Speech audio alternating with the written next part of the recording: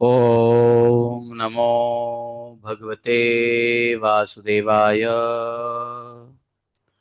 ओम नमो भगवते वासुदेवाय। ओम नमो भगवते वासुदेवाय। ओम नमो भगवते वासुदेवाय। ओम नमो भगवते वासुदेवाय। ओम नमो भगवते वासुदेवाय। ओम नमो भगवते वासुदेवाय। ओम नमो भगवते वासुदेवाय। नारायणं नमस्कृत्यं नरं चैव नरोत्तमं देवीं सरस्वतीं व्यासं ततो जयमुदीरये। नष्टप्राय सुभद्रेषु नित्यं भागवत सेवया भगवती उत्तमश्लोके भक्तिः भवति नैष्ठकी। ॐ जन्मान्धस्य त्वया चार्थे सह विज्ञः स्वराट् तेने ब्रह्महृदयादिकवये मोह्यन्ति यत् सूर्यः तेजो वारिमृदां यथा विनिमयो यत्र यत्र त्रिशगो अमृषां दाम्नाय सदा निरस्तकुहकं सत्यं परमं धीमहि धर्मः प्रोजितकैतवत्र परमो निर्मत्सराणां सतां वेद्यं मात्र वसतु शिवदं तापत्रयो नमूलनम् श्रीमद्भागवत महामुनिकृते किं वा परमेश्वरः सद्यो हृदयकृतभिः शुश्रूषित तत्क्षणात् निगमकल्पतरोर्गलितं फलं सुमुखात् द्रवितसंयुतं पिबत भागवतं रसमालयं मुहुरो रसिका भुवि भावुका। अहं सर्वस्य प्रभवो मत्तः सर्वं प्रवर्तते इति मत्वा भजन्ते मां बुधा भावा समन्विता मच्चित्ता मद्गतप्राणा बोधयन्तः परस्परं कथयतस्मां नित्यं तुष्यन्ति च रमन्ति च तेषां सततयुक्तानां भजतां प्रीतिपूर्वकं ददामि बुद्धियोगं तं येन मापयान्ति ते तेषामेवानुकम्पार्थम् अहम् अज्ञानजमतः नाशात्मभावस्थो ज्ञानदीपेन भास्वता अहमेवासमेवाग्रे नान्यत् सत् असत्परं पश्चादमते तस्यैव शिष्येत स्वस्म्यहम् तृतीयर्थं यत् प्रतीयेत न प्रतीयेत चात्मनि तद्विद्यादात्मनो मा यथा वासो यथात्मा यथा मान्ति भूतानि भूतेषु चावचेष्वनो पृष्ठान्य प्रविष्टानि तथा तेषु न तेष्वहम् एतावदेव जिज्ञासं तत्त्वजिज्ञासुनात्मना अन्यव्यतिरेकाभ्यां यत्स्यात् सर्वत्र सर्वदा हरे कृष्ण कृष्ण कृष्ण हरे हरे हरे राम राम राम हरे हरे हरे कृष्ण कृष्ण कृष्ण हरे हरे हरे राम राम राम हरे हरे। बोलिए ग्रंथराज भागवत महापुराण की जय। श्रील व्यास देव भगवान की जय। श्रील सुखदेव गोस्वामी महाराज की जय। श्रील प्रभुपाद की जय। वृंदावन धाम की जय। राधा कुंड श्याम कुंड गिरि गोवर्धन की जय।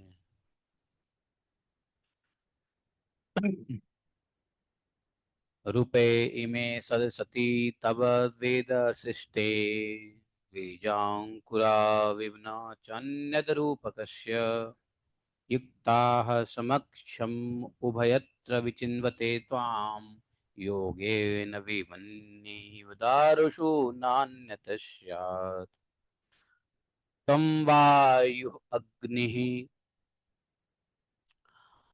वनिः व्यदम्बुमात्राः प्राणेन्द्रियाणि हृदयं चिदनुग्रहश्च सर्वं त्वमेव सगुणो विगुणश्च भून् नान्यद् तदस्त्यपि मनुवचसा निरुक्तम् नैते गुणानगुणिनो महदादयो ये सर्वे मनः प्रवृत्तय सदेव मर्त्याः आद्यन्तवन्त उरुगाय विदन्ति हित्वा मेवं विमृश्य सुधियो विमन्ति शब्दात्।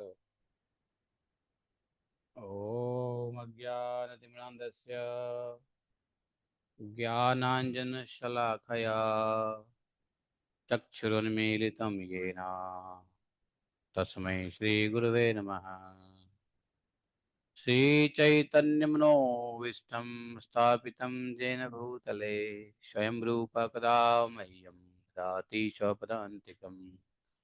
वन्देऽहं श्रीगुरोः श्रीपत्कमलं शीघ्रो न वैष्णवांश्च श्रीरूपं सागरजातं सहगण रघुनाथान्वितं तं सजीवं साद्वैतं सावधूतं परिजनसहितं श्रीकृष्णचैतन्यदेवं श्रीराधाकृष्णपादान् सहगण ललिता श्रीशाखान्वितांश्च। हे कृष्ण करुणा सिन्धो दीनबन्धो जगत्पते गोपेश गोपिकान्तं राधाकान्तं नमोऽस्तुते। तप्त कांचन गौरांगी राधे वृंदावनेश्वरी वृषभानुसुते देवी प्रणमामि हरिप्रिये। वाञ्छाकल्पतरुभ्यश्च कृपा सिन्धुभयैव च पतितानां पावनेभ्यो वैष्णवेभ्यो नमो नमः। जय श्री कृष्ण चैतन्य प्रभु नित्यानंद श्री अद्वैत गदाधर श्रीवासादि गौर भक्तवृंद। हरे कृष्णा कृष्ण कृष्ण हरे हरे हरे राम राम राम हरे हरे। हरे कृष्णा। तो प्रहलाद महाराज की स्तुति चल रही है 7वें स्कंद के 9वें अध्याय के अंतर्गत। स्तुति में प्रहलाद महाराज ने लगभग लगभग सब कुछ कह दिया। पूरे सृष्टि की प्रारंभ से लेके अंत तक भगवान के सभी गुणों का वर्णन किया। भगवान कैसे प्रसन्न हो सकते हैं उसके बारे में बताया।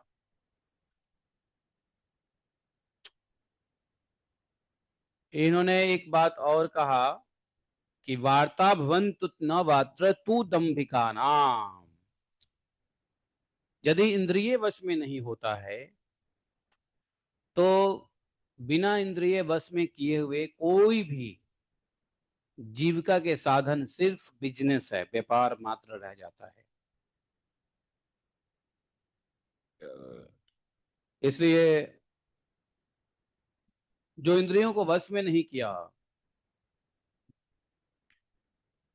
भक्ति नहीं की, वो चाहे कितना भी मौन व्रत कर ले, ब्रह्मचर्य का पालन कर ले, शास्त्र का ज्ञाता श्रवण करने वाले बन जाए, तपस्या करे, स्वाध्याय करे, स्वधर्म वर्ण आश्रम एवं धर्म का भी पालन करे, एकांत सेवन करे, जप समाधि कुछ भी कर ले, यदि भगवान की अनन्य भक्ति नहीं है, इंद्रिय संयम तो बाय प्रोडक्ट डिफॉल्ट है, तो ये सब कितना भी हो जाए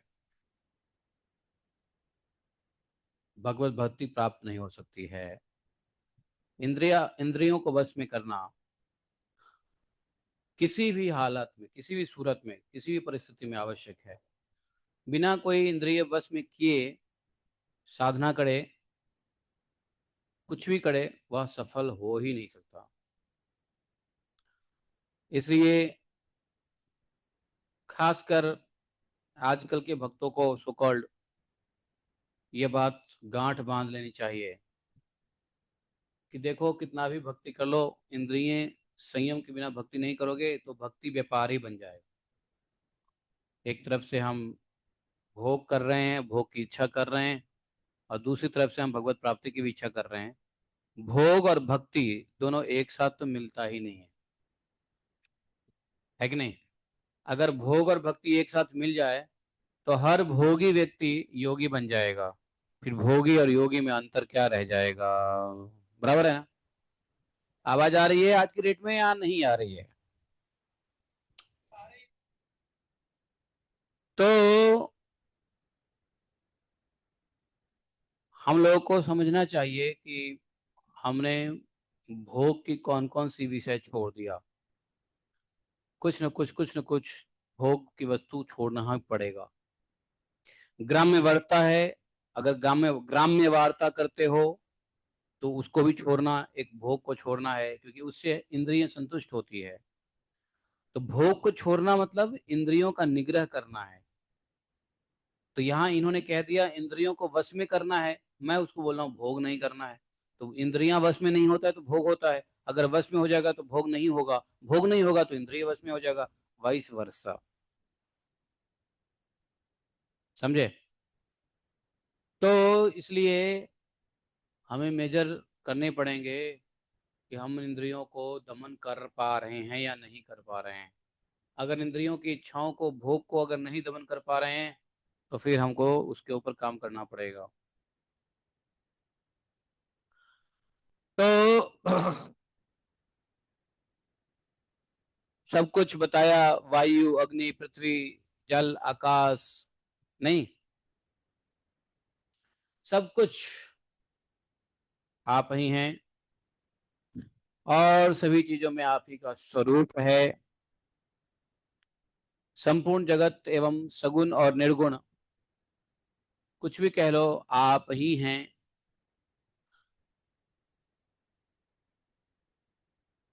आपसे तो यहां तक अलग नहीं है, मन, वाणी है के द्वारा जो कुछ भी निरूपण किया गया है, कुछ भी आपसे अलग नहीं है। चर अचर सब आपके ही। समग्र कीर्ति के आश्रय भगवान, ये सत्व आदि गुण, इन गुणों के परिणाम महत्व आदि देवता मनुष्य मन, यदि आपकी कोई भी स्वरूप जानने में समर्थ है ही नहीं। कोई भी भगवान के स्वरूप को जानने में समर्थ नहीं है, चाहे देवता हो, मनुष्य हो, मन हो, महतत्व हो, कुछ भी हो, क्योंकि ये सब आदि अनंत वाले हैं और आप अनादि और अनंत हैं। ऐसा विचार करके ज्ञानी जन शब्दों की माया से उपरत हो जाते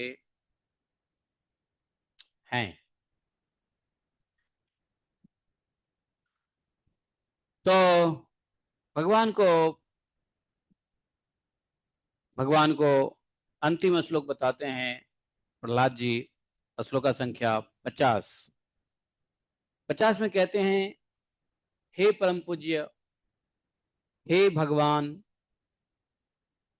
आप सेवा, आपकी सेवा 6 अंगों से की जा सकती है। 6 अंग है आपकी सेवा के, 6 अंग है। तत्ते अर्हतम नमः स्तुति कर्म पूजा। क्या बोला? तत्ते अहर्तम नमः स्तुति कर्म पूजा, कर्म स्मृति चरणयो श्रवणम कथायाम संसेवया त्वयि विनेति षडंग्या किम भक्तिम जना परम हंस गतो लभेत। प्रहलाद महाराज जी ने कहा कि आपके सेवा 6 अंगों हैं, आपकी सेवा की 6 अंग है। तो 6 क्या क्या है? पहला नमस्कार, दूसरा स्तुति, तीसरा समस्त कर्मों का समर्पण, चौथा सेवा पूजा, पांचवा चरण कमलों का चिंतन और छठा लीला कथा का श्रवण। समझे? अगर हम लोग कथा सुन रहे हैं तो यह भी भगवान की सेवा है, एक बात जान लेना। कथा श्रवण भी भगवान की सेवा है, इसलिए कथा में बहुत जरूरी है सावधानी से बैठने की। जो लोग सोचते हैं कि चलो मैं तो उल्टे चलते खाते पीते भी कथा सुन लेती हूँ, सुन लेता हूँ, काम करते सुन लेता हूँ, तो भाई कथा श्रवण में अपराध लगता है, क्योंकि भगवान की सेवा के यही 6 अंग हैं जिसमें कथा श्रवण बहुत इंपॉर्टेंट है। इसलिए भगवान की कथा जहां भी हो रहा हो, एकदम सावधानी से कानों के द्वारा भगवान की कथा का को पीना चाहिए। जैसे कहीं भी अगर एक राष्ट्रगान होने लग जाता है, जन गण मन अधिनायक जय हे भारत भाग्य विधाता, तो जब जैसे ही कहीं भी, जानते हो, एक नेशनल, एक सिटीजन का फर्ज होता है कि जहां कहीं भी ये नेशनल एंथम कान में जाए वहां ध्यान लगा दे, बस सारा काम छोड़ के, जब तक नेशनल एंथम बंद ना हो तब तक सावधान होके सुने। ऐसा रूल है ना, सिविल रूल है ऐसा। नहीं है? आप लोगों को नहीं पता है? हाँ। तो उसी प्रकार से भागवत कथा लीला श्रवण जो है भगवान के सेवा अंग है। और ध्यान से कथा नहीं सुनना भी अपराध है। ध्यान पूर्वक कथा नहीं कहना भी अपराध है। अच्छा, मैं कथा कह रहा हूं या कथा सुन रहा हूं, बताओ? आप लोग सुन रहे हो, ठीक है। मैं कथा कह रहा हूं या सुन रहा हूं? वास्तव में क्या कर रहा हूं मैं?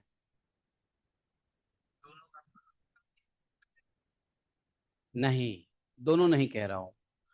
मैं सिर्फ सुन ही रहा हूं, आप लोग के साथ मैं भी सुन ही रहा हूं। बोल तो रहे हैं कौन? बोल तो रहे हैं सुखदेव गोस्वामी महाराज, सुत गोस्वामी महाराज, नारद जी, युधिष्ठिर, ये सब बोल रहे हैं। वास्तव में मैं भी सुन ही रहा हूं। मैं सुन के थोड़ा सा उसके ऊपर बोल रहा हूं, लेकिन सुन रहा हूं, बोल रहा हूं। लेकिन वास्तव में कथा तो मैं सुन रहा हूं, लेकिन मैं अपनी तुतली आवाज में कुछ बोल रहा हूं। वो हमारी मिस्टेक है, हमारी दृढ़ता है, क्या बोलते हैं उसको? आ, आ, क्या बोलते हैं उसको? मूढ़ता कह लो, हाँ मूढ़ता भी सही है। रैस्कलडम। लेकिन कथा तो वाकई हम सुन रहे हैं। तो कथा का थोड़ा विश्लेषण सुन बोल बोल रहे हैं। वास्तव में कथा सुन रहे हैं, इसलिए कथा सुनने में मैं आपको एक बात बताऊं। ये 2-3 दिन से बच्चे उच्चे आए हुए हैं ना, या बच्चे आते हैं।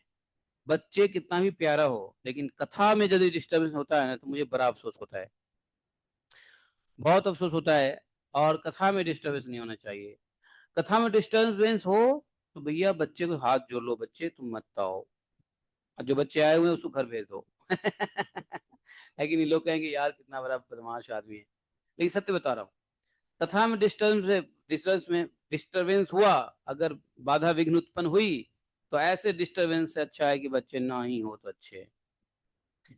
और हो तो कथा में डिस्टर्बेंस ना करे तो मजा आए।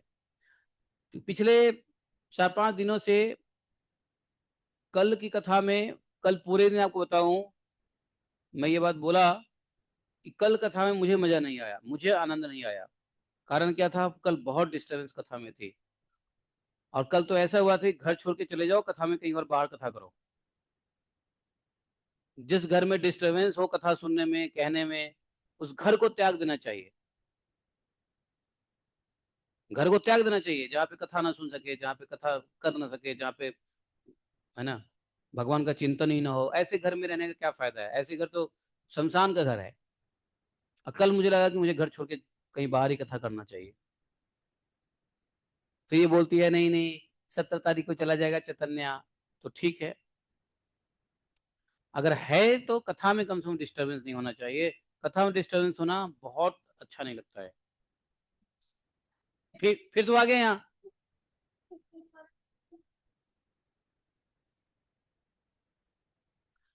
तो सही बता रहा हूँ, कथा के सामने कोई बच्चा का प्यार नहीं, कोई स्त्री का प्यार नहीं, कोई मोह नहीं, कोई लाभ नहीं, लालच नहीं। और दिन मैं मोबाइल को बिल्कुल साइलेंट कर देता हूँ या फ्लाइट मोड पे डाल देता हूँ। कल गलती से फ्लाइट मोड पे नहीं था तो एक दो फोन भी आ गए। तो कहने का मतलब यह है कि कथा, कल कल की कथा इतना मतलब ऐसा लग रहा था जैसे मतलब बेकार, मतलब अपने को संतुष्टि नहीं हुआ।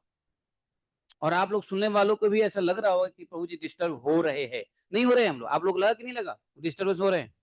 काफी डिस्टर्ब हो गए थे कल। तो कथा में ये सेवा अपराध होता है। कथा सेवा अपराध है। अगर कथा में डिस्टरबेंस हुआ, कथा सही से नहीं किए, तो ये सेवा अपराध है। क्योंकि देख लो यहाँ पे, कर्म स्मृतिश्चरणयो श्रवणम कथायाम, नमस्तुति कर्म पूजाम तत्ते अर्हतम, संसेवया त्वयि विनीति षडंगया किम। षडंगया, 6 अंग बताया। संसेवया त्वयि, आपकी सेवा के अच्छे अंग है। भक्तिम जना परम हंस गतौ लभेत। इस प्रहलाद महाराज बोले कि इस 6 अंग के बिना, इस 6 सेवा के बिना आपके चरण कमलों की भक्ति नहीं प्राप्त हो सकती है, तो नहीं प्राप्त हो सकती है। अब सेवा, ये 6 अंगों की सेवा कैसे है? भगवान को नमस्कार, जहां देखो भगवान को नमस्कार। नमस्कार करने में थोड़ा सा भी वो नहीं होना चाहिए, आलस नहीं होना चाहिए। स्तुति, भगवान की स्तुति भी होनी चाहिए है। समस्त सभी कर्मों का समर्पण, अब जो भी हम कर्म कर रहे हैं उसके फल का पूरा भगवान को समर्पित कर दो। भगवान की सेवा पूजा और ध्यान, भगवान के चरण कमलों का ध्यान और लीला श्रवण, कथा लीला श्रवण, ये 6 अंग हैं। अगर इसको बढ़िया से कर लिया जाए तो इसके बिना भगवान के चरण कमलों की भक्ति नहीं प्राप्त हो सकती है, और भक्ति के बिना भगवान प्राप्त नहीं हो सकते हैं। हे प्रभु, आप तो अपने परम प्रिय भक्त जनों के परम हंसों के ही सर्वस्व हैं।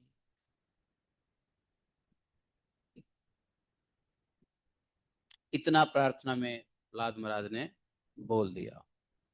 वैसे मैंने कल कहा था कि प्रहलाद महाराज की स्तुति को दोबारा हम लोग पढ़ना चाहिए, है कि नहीं? कल हमने पता नहीं क्या क्या बोल तो दिया, परंतु मैं खुद ही संतुष्ट नहीं था कि मैं क्या क्या बोल दिया।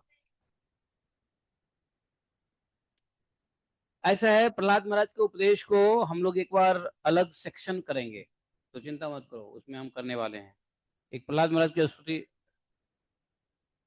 नहीं नहीं, सेक्शन सेक्शन पूरा प्रहलाद महाराज का प्रसंग ही करेंगे, प्रहलाद महाराज के दिव्य उपदेश का एक प्रसंग ही करेंगे अलग से, तो उसमें ये भी हो जाएगा। ठीक है, तो भागवत के प्रवाह को आगे चलने दो, लेकिन ये सेक्शन को हम अलग से करेंगे करेंगे आफ्टरनून में 3 o'clock करेंगे।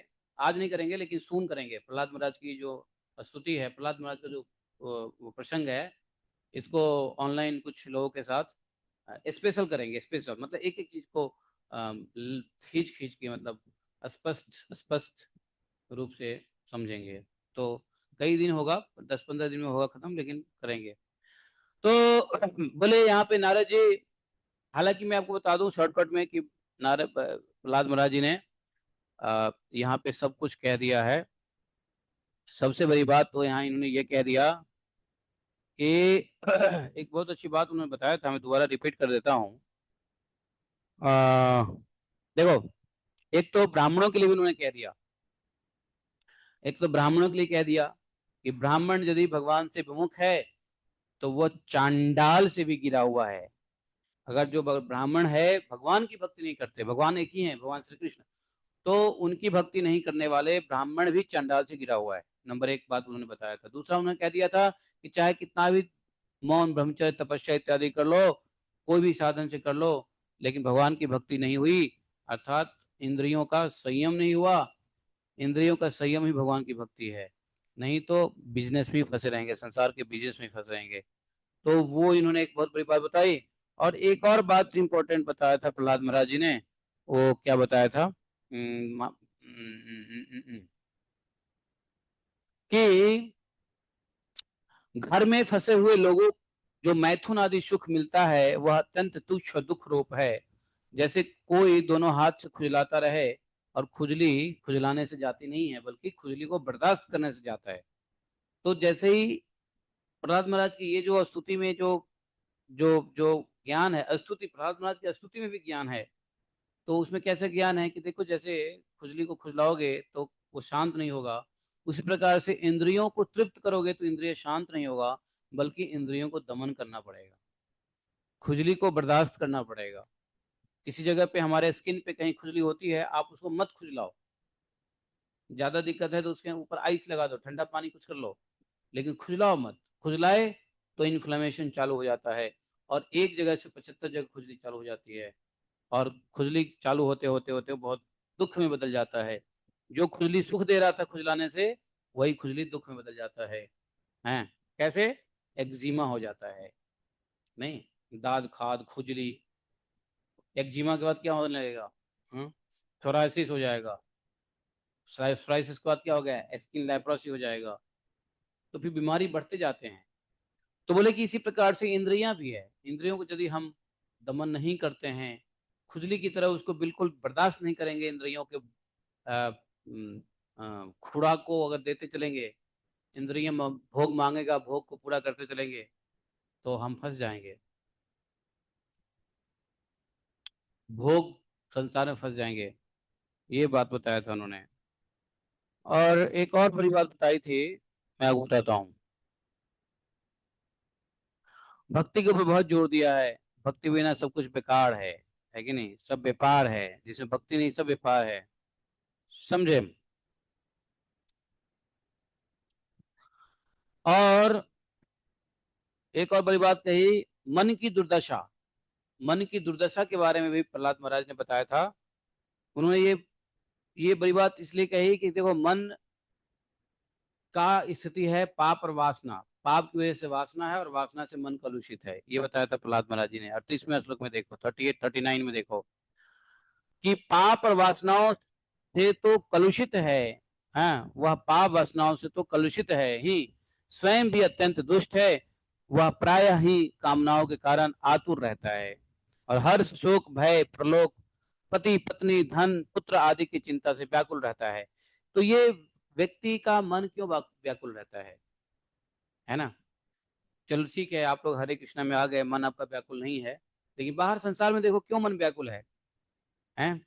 पाप और वासना।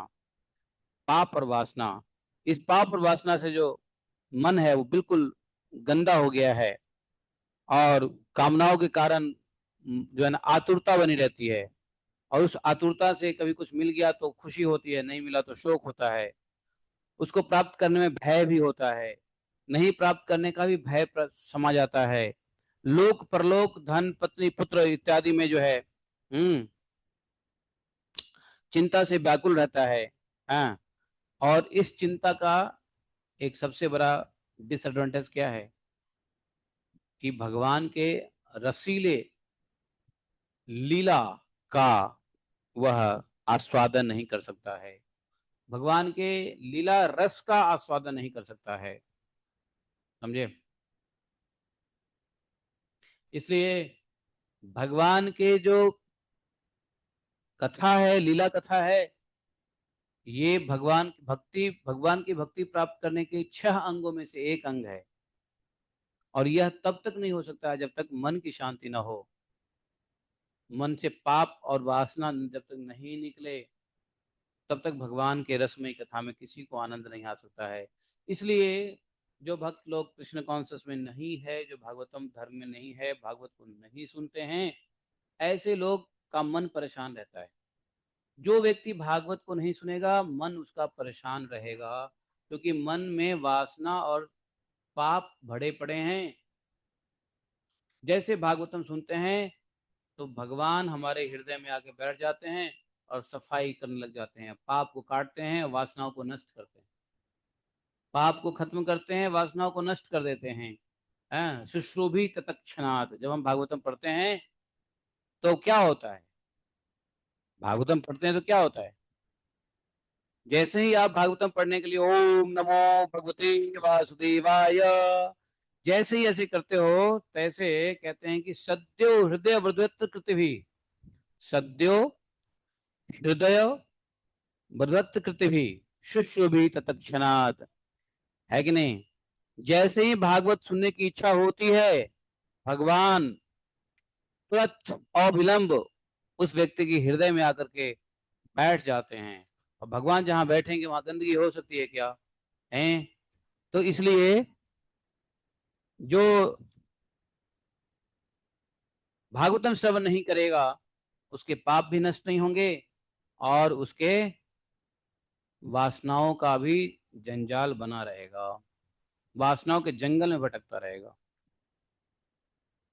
वासनाओं के घने जंगल में भटकता रहेगा, वासनाओं के घने निर्जन जंगल में भटकना पड़ेगा,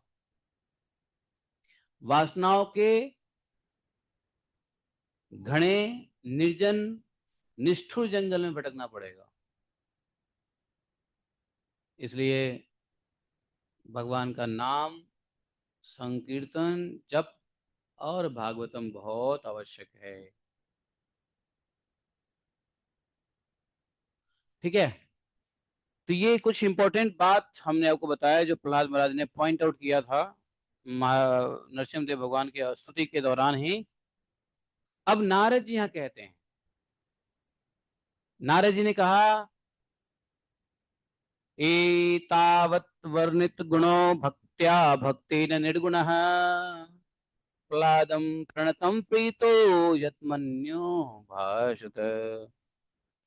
इस प्रकार भक्त प्रहलाद ने बड़े प्रेम से प्रकृति और प्राकृत गुणों से रहित भगवान के स्वरूप गुणों का वर्णन किया।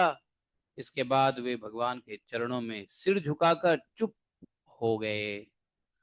नृसिंह देव भगवान क्रोध, भगवान जैसे ही भगवान, अब प्रहलाद महाराज चुप हुए लेकिन नरसिंह देव भगवान प्रसन्न हो गए। उनका क्रोध अंतोगत्वा शांत हो गया और वे बड़े प्रेम से, बड़े प्रसन्नता से नरसिंह भगवान ने प्रहलाद महाराज से कहा। क्या कहा? अरे, ताई बुला रही है।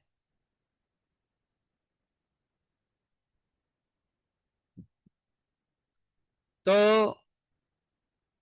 नरसिंह देव ने कहा, अरे उसको बोलो चिल्लाए ना कम से कम।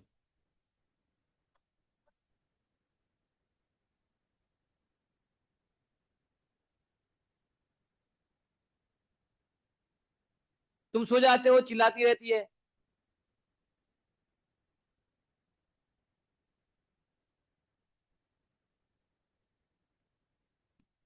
यार घर ना, व्यक्ति को घर छोड़ देना चाहिए, इतनी डिस्टरबेंस होती है। वो एकदम नाक श्वास लेके चिल्लाती रहती है, ये नहीं कि यार घंटी बजा दे। तो क्यों चिल्ला रही है फिर?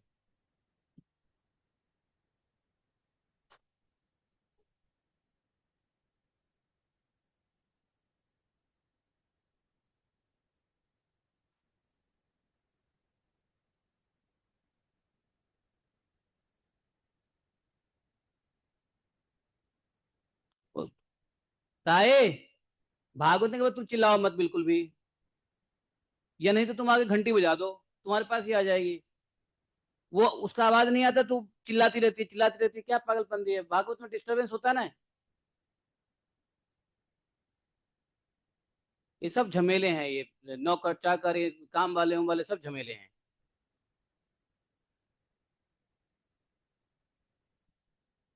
और सारा झमेला स्टार्ट होता है ना, ये बस ये लेडीज से सारा झमेला शुरू हो जाता है।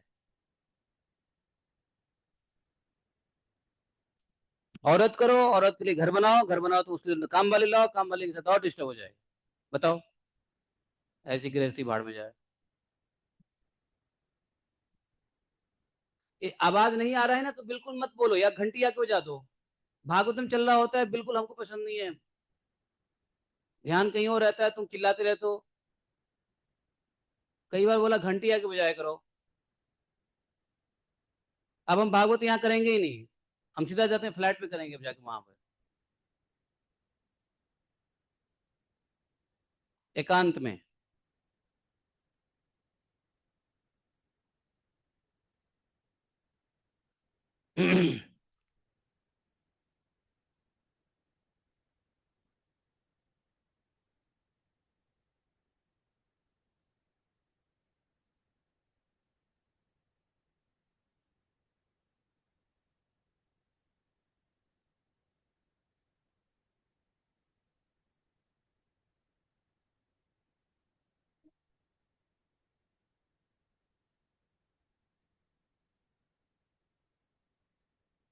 नरसिंह देव भगवान ने कहा,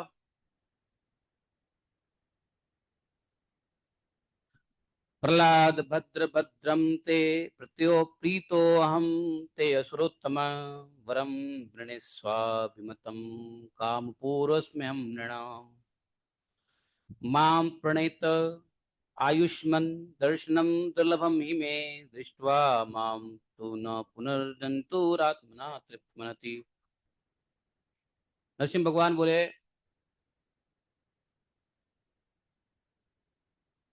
प्रहलाद, भद्र भद्रम ते प्रतोहम ते सुरोत्तम, ते सुरोत्तम, तुम्हारा कल्याण हो दैत्य श्रेष्ठ। मैं तुम पर अत्यंत प्रसन्न हूं, तुम्हारी जो अभिलाषा हो मुझसे मांग लो, मैं जीवों की इच्छाओं को पूर्ण करने वाला हूं।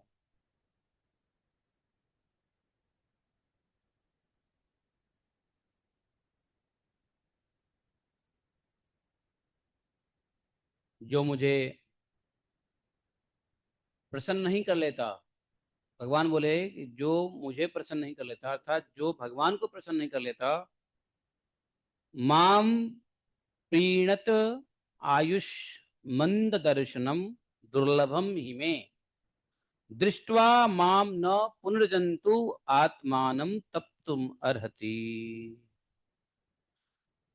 जो मुझे प्रसन्न नहीं कर लेता उसे मेरा दर्शन मिलना बहुत ही कठिन है।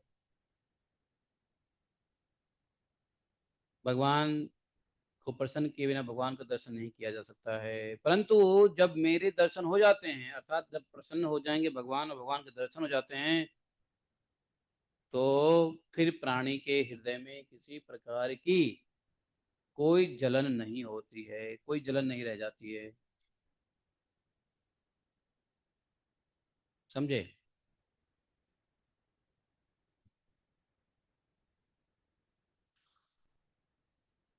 भगवान बोले मैं सभी प्रकार के मनोवांछित को पूर्ण करने वाला हूँ। मनोवांछा, मन में जितनी भी इच्छाएं हो, अर्थात जितना भी मनोरथ हो, सभी मनोरथ को मैं पूर्ण करने वाला हूँ। इसलिए सभी कल्याणकामी परम भाग्यवान साधुजन जितेंद्र ये होकर अपनी समस्त वृत्तियों से मुझे प्रसन्न करने का ही यत्न करते हैं। असुर कुल भूषण प्रहलाद जी भगवान के अनन्य प्रेमी थे, इसलिए बड़े बड़े लोगों को प्रलोभन में डालने वाले वरों के द्वारा प्रलोभित किए जाने पर भी उन्होंने उनकी इच्छा नहीं की। प्रहलाद महाराज को भगवान ने बहुत प्रकार के वर मांगने को कहा। भाई तुम्हारे मन में जो भी मनोरथ है तुम बताओ। प्रहलाद महाराज जी ने भगवान के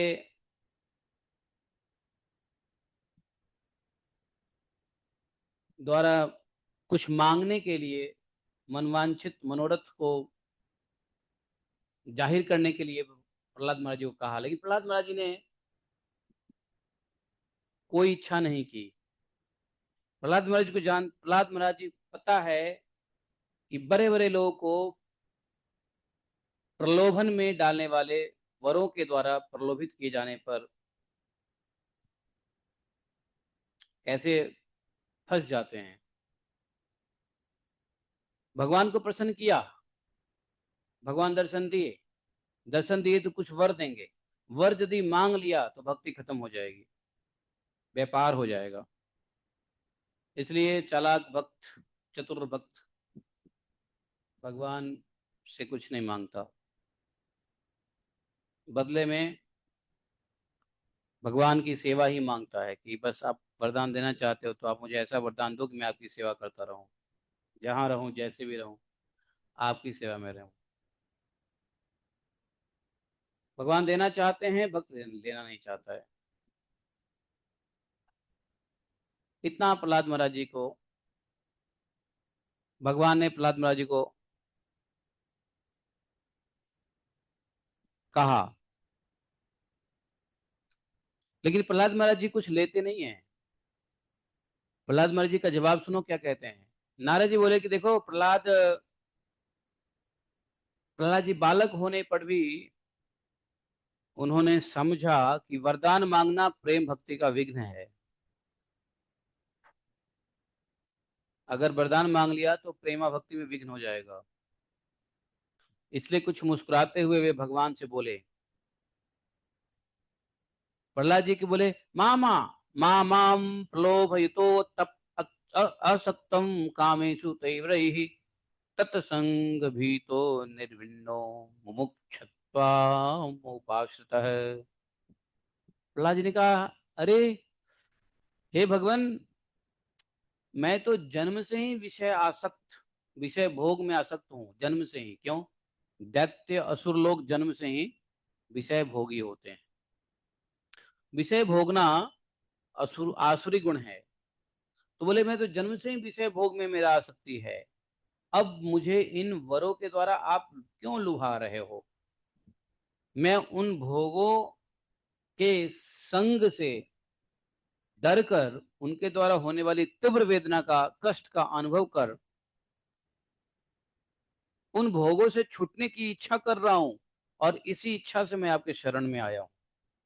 मैं तो भोग को छोड़ने की इच्छा से शरण में आया हूं। पहले से इतने भोग में पड़ा हुआ हूं, आप उल्टा और भी क्यों मुझे भोग का वर दे रहे हो? हैं?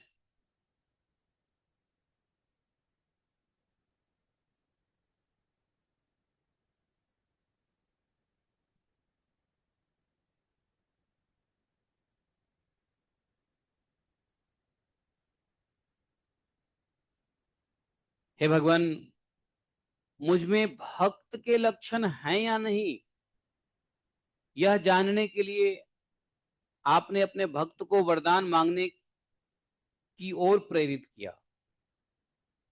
ये विषय भोग हृदय की गांठ को और भी मजबूत बनाने वाली होती हैं, और बार बार विषय भोग हृदय की गांठ को और मजबूती से बांधता है, और बार बार जन्म मृत्यु के चक्कर में डालता है। हैं?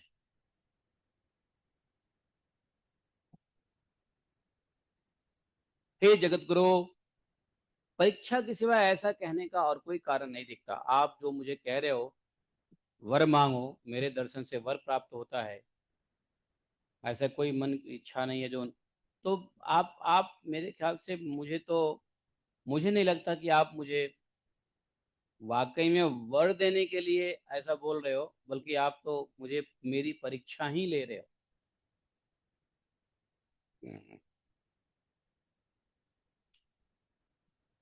भक्ति के लक्षण मुझ में है या नहीं है, शायद यह देखने के लिए ये आप मेरा टेस्ट ले रहे हो। प्रहलाद महाराज ने कहा कि आप मेरा टेस्ट ले रहे हो कि मुझ में भक्ति के लक्षण है या नहीं है। भक्ति का लक्षण है कि भगवान कुछ बोले और हम मांगे ना। हमारी भक्ति कैसी है, मेरी भक्ति कैसी है बताऊं? भगवान क्या बोलेंगे मांगने के लिए, हम ही मांगते रहते हैं 1000 चीजें। नहीं, बताओ भक्ति के कौन से लक्षण में हम हैं? और मैं भक्त भक्त अपने को भक्त समझ के समझता हूं कि बड़ा भक्त हो गया। नहीं, यहाँ भक्ति के लक्षण बता रहे हैं। तो भक्ति के लक्षण, आप जो है भक्ति के लक्षण ही टेस्ट कर रहे हो, परीक्षा जांच कर रहे हो, परीक्षा ले रहे हो। नहीं तो आप क्यों कहोगे कि भाई भोग क्यों दोगे आप? मैं ऐसे ही भोग में पड़ा हुआ हूँ। प्रहलाद महाराज जी के पास क्या नहीं है बताओ ना? प्रहलाद महाराज के पास क्या नहीं है? उनके पिताजी ने क्या क्या छोड़ के गए बताओ? हम्म? बहुत कुछ है प्रहलाद महाराज जी के पास। ऐसी कोई चीज नहीं है जो है। फिर भी प्रहलाद महाराज क्यों मांगेंगे भोग की वस्तु?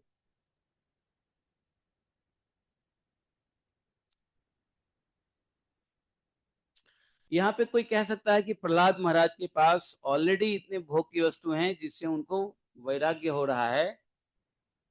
जिसके पास भोग की वस्तु नहीं है वो तो पहले भोग की वस्तु ही मांगेगा, क्योंकि मन भोग के लिए लालच करेगा। जिस चीज का हम टेस्ट नहीं लेते हैं वो उस चीज के लिए हम ललायत होते हैं। ऐसा भी होता है। तो प्रहलाद महाराज के पास ऑलरेडी भोग सामग्री इतनी थी कि वो उससे उब गए थे। अब भोग की वस्तु वरदान में दे रहे हैं भगवान, सुन करके ही उनकी मन जो है ना खिंच गया है।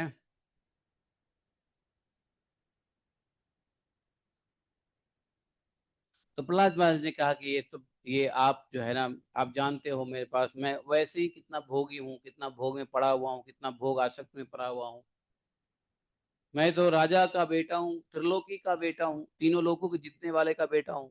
मेरे पास किस बात की कमी है? मैं ऐसे ही फंसा हुआ हूँ, दैत्य हूँ। दैत्यराज आप ही ने कहा। तो मुझे लगता है कि आप तो सिर्फ हमारे भक्ति के लक्षण को चेक करने के लिए ऐसा पूछ रहे हो, वरना ऐसा पूछने का कोई और प्रयोजन नहीं था।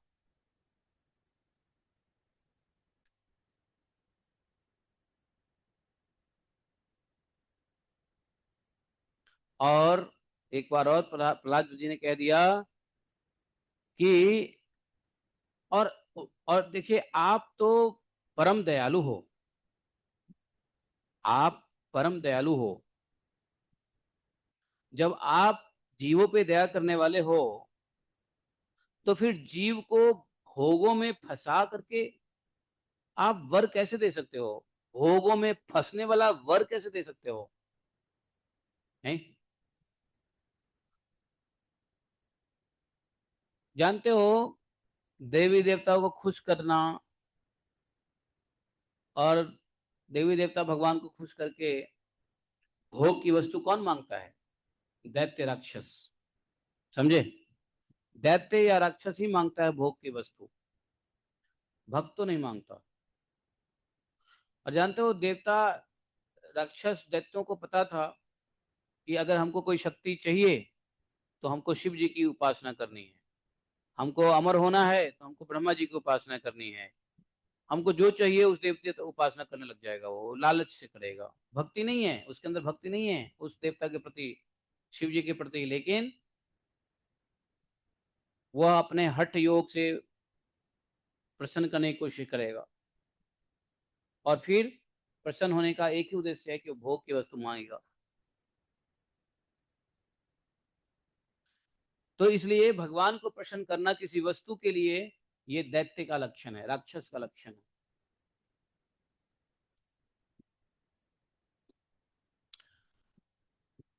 तो आप क्यों, आप तो दयालु हैं, आप भक्तों को ये भोग में फंसाने वाला वरदान कैसे दे सकते हो?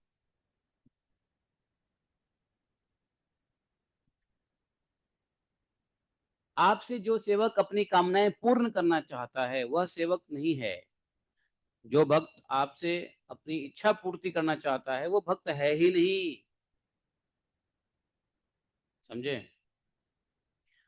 और जो सेवक से सेवा कराने के लिए, उसके स्वामी बनने के लिए उसकी मनोकामनाएं पूर्ण करता है, वह स्वामी नहीं है। दोनों बात कह दिया। सेवक सेवक नहीं है यदि स्वामी से कामना की पूर्ति चाहता है, और वह सेवक से सेवा कराने के लिए अगर स्वामी बन गया है तो बोलते हैं कि वह स्वामी भी नहीं है। गुरु इसलिए नहीं बनना चाहिए कि चेले से खूब मालपुआ खाएंगे, चेले से शरीर दबाएंगे, चेले से मसाज करवाएंगे, चेले से ये करवाएंगे वो करवाएंगे। अगर यह उद्देश्य है तो गुरु गुरु नहीं है। और वह चेला चेला नहीं है, शिष्य शिष्य नहीं है, जो गुरु को बनाने के बाद ये सोचता है कि हमको तो गुरु जी आशीर्वाद दे देंगे, हमारा कल्याण हो जाएगा, हमारा धन हो जाएगा, हमारा मन हो जाएगा, ये हो जाएगा, हो जाएगा। तो गुरु से कुछ पाने की इच्छा, भौतिक वस्तु पाने की इच्छा करने वाला शिष्य शिष्य नहीं होता। और वह गुरु गुरु नहीं होता जो भक्त से भौतिक इच्छा करता है, अपने सुख सुविधा के लिए चेला बनाता है। समझे? तो बोलते हैं वो सब बनिया है, बिजनेस हो रहा है, यू नो, गुरु चेला बिजनेस चलता है। और आजकल ज्यादातर यही होता है, गुरु चेला बिजनेस ही चलता है।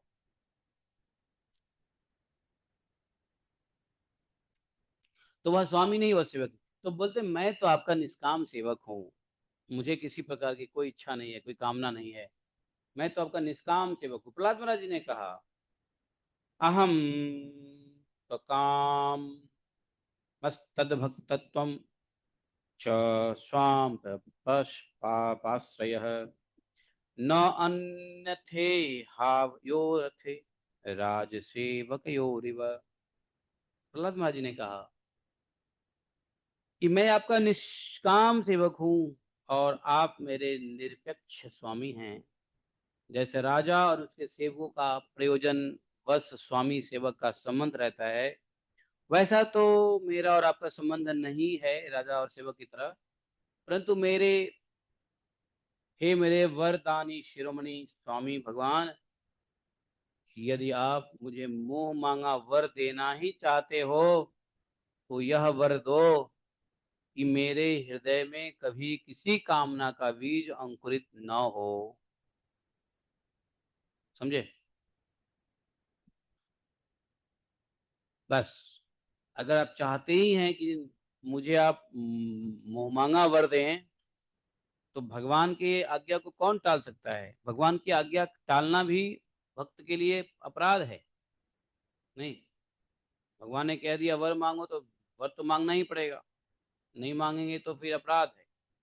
तो बोले ठीक है, अगर आप वर देना चाहते ही हैं तो आप मुझे ऐसा वर दीजिए कि मुझे किसी प्रकार के कामनाओं का बीज मेरे अंदर अंकुरित न हो पाए। मेरे अंदर की सारी आपके अलावा जितनी भी अभिलाषाएं वो मेरे अंदर से समाप्त हो जाए, ऐसा। तो प्रहलाद महाराज जी कितने चतुराई से उन्होंने कामना के बीज को ही नष्ट करने के लिए भगवान से कहा ऐसा वर दीजिए। इंद्रियाणि मन प्राण आत्मा धर्मो धृतिमते ही हृहि सृहि तेज स्मृति सत्यम यस्य नश्यन्ति जन्मना। हृहि सृहि तेज स्मृति सत्यम यस्य नश्यति जन्मना। तो प्रहलाद महाराज बोले कि हृदय में देखो, बोले कि हृदय में किसी भी कामना के उदय होते ही इंद्रिय मन प्राण देह धर्म धैर्य बुद्धि लज्जा श्री तेज स्मृति और सत्य, ये सब के सब नष्ट हो जाते हैं कामना उदय होते ही। तो इसलिए कहते हैं ना, कामना मत, डोंट डिजायर, तो कामना नहीं करनी चाहिए। इससे सब नष्ट हो जाते हैं, बुद्धि भी तेज भी स्मृति भी सत्य भी सब नष्ट हो जाते हैं, लज्जा भी धैर्य धर्म देह प्राण मन इंद्रिय। हे कमल नयन, जिस समय मनुष्य अपने मन में रहने वाली कामनाओं का परित्याग कर देता है, जिस समय मनुष्य अपने मन में रहने वाली कामनाओं का परित्याग कर देता है, उसी समय वह भगवत स्वरूप को प्राप्त कर लेता है, उसी समय। लेकिन मन की कामनाओं का छोड़ना ही तो मुश्किल है। वैसे 1 सेकंड का काम है, मन की कामनाओं को छोड़ दो, भगवत स्वरूप प्राप्त कर लो। बोलते हैं हे भगवान, आपको नमस्कार है, आप सबके हृदय में विराजमान उदार शिरोमणि स्वयं पर ब्रह्म परमात्मा है। अद्भुत नृसिंह रूपधारी श्री हरि के चरणों में मैं बार बार प्रणाम करता हूँ। प्रहलाद महाराज ने मांग लिया। तब नरसिंहदेव भगवान ने कहा कि देखो, न एकांतिनो में मई जात्विहा शिष्य आशा सते मुत्र यह ते भवद्विधा। प्रहलाद, तुम्हारे जैसे मेरे एकांत प्रेमी इस लोक अथवा परलोक की किसी भी वस्तु के लिए कोई कामना नहीं करते हैं, ठीक बात। फिर भी अधिक नहीं, केवल एक मनमंत्र तक मेरी प्रसन्नता के लिए तुम एक काम करो। मैं तुमको कुछ देना चाहता हूं, तुम लेना नहीं चाहते हो, ठीक है, लेकिन मेरी प्रसन्नता के लिए तुम एक मनमंत्र तक, बस एक मनमंत्र तक तुम इस लोक में दैत्य अधिपतियों के समस्त भोग को स्वीकार कर। जब भगवान ने देखा कि प्रहलाद तो कुछ मांगा ही नहीं, अपनी सारी कामनाएं को नाश करने की उल्टा मांग लिया, तो भगवान ने कहा कि ऐसे तो लेगा नहीं प्रहलाद। तो भगवान ने कहा मेरी प्रसन्नता के लिए। और भक्त क्या करता है? भक्त भगवान की प्रसन्नता चाहता है। तो भगवान की जिसमें प्रसन्नता होती है, भक्त वही करना चाहता है। भगवान ने कहा कि मेरी प्रसन्नता के लिए तुम एक काम करो, अधिक नहीं तो एक मनवंतर तक दैत्य अधिपतियों के जो भोग होते हैं उसको स्वीकार कर लो। जानते हो दैत्य अधिपति जो है, ये भोग कहाँ होता है? दैत्य अधिपतियों के पास भोग करने के लिए एक बड़ा, एक अलग पुरी बना हुआ है, नगर बना हुआ है। पता नहीं कहाँ पर है वो, कौन से, नीचे है, पृथ्वी के नीचे है। सुतल लोक, सुतल लोक। तो इस प्रकार से बोला कि तुम एक मनवंतर तक जो है तुम भोग को स्वीकार कर लो, और सभी प्राणियों के हृदय में यज्ञों के भोक्ता ईश्वर के रूप में मैं ही विराजमान हूँ। तुम अपने हृदय से मुझे देखते रहना और मेरी लीला कथाएं जो तुम्हें अत्यंत प्रिय है सुनते रहना। बोले प्रहलाद महाराज जी को भगवान की लीला कथा बड़ा प्रिय है। भगवान ने कहा कि जो तुम्हें मेरी लीला कथाएं अत्यंत प्रिय है इसको सुनते रहना और तुम अपने हृदय में मुझे देखते रहना। समस्त कर्मों के द्वारा मेरी ही आराधना करना, जो भी काम करना मेरी आराधना में करना। इस प्रकार अपने प्रारब्ध कर्म का क्षय कर देना, ठीक है। और भोग के द्वारा पुण्य कर्म के फल और निष्काम पुण्य कर्मों के द्वारा पाप का नाश करते हुए समय आने पर शरीर का त्याग करके, देखो, भोग के द्वारा पुण्य कर्मों के फल और निष्काम पुण्य कर्मों के द्वारा पाप का नाश करते हुए, देखो, जब हम निष्काम पुण्य कर्म करते हैं तो पाप का नाश होता है।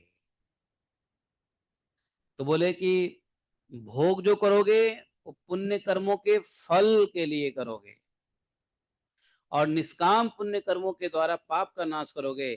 इस प्रकार से पुण्य और पाप दोनों खत्म हो जाएगा और फिर शरीर का त्याग करके समस्त बंधनों से मुक्त होकर तुम मेरे पास आ जाओगे।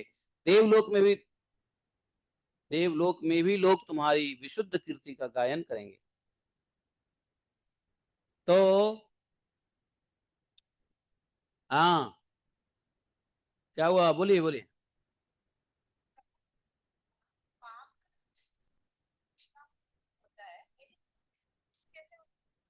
ऐसा है, पुण्य कर्म को भगवान को समर्पित कर दो। भगवान ने पहले कह दिया ना कि जो तुम करोगे मुझको समर्पित कर देना, अर्पित कर, समस्त कर्मों को मेरी द्वारा मेरी ही आराधना करना, सभी कर्मों के द्वारा मेरी आराधना करना। तो जब कोई कर्म कृष्णा कॉन्शियस में करेंगे तो उसके पुण्य नष्ट हो जाएंगे, वो पुण्य भगवान को चला जाएगा, आपको पुण्य नहीं भोगना पड़ेगा, ठीक है।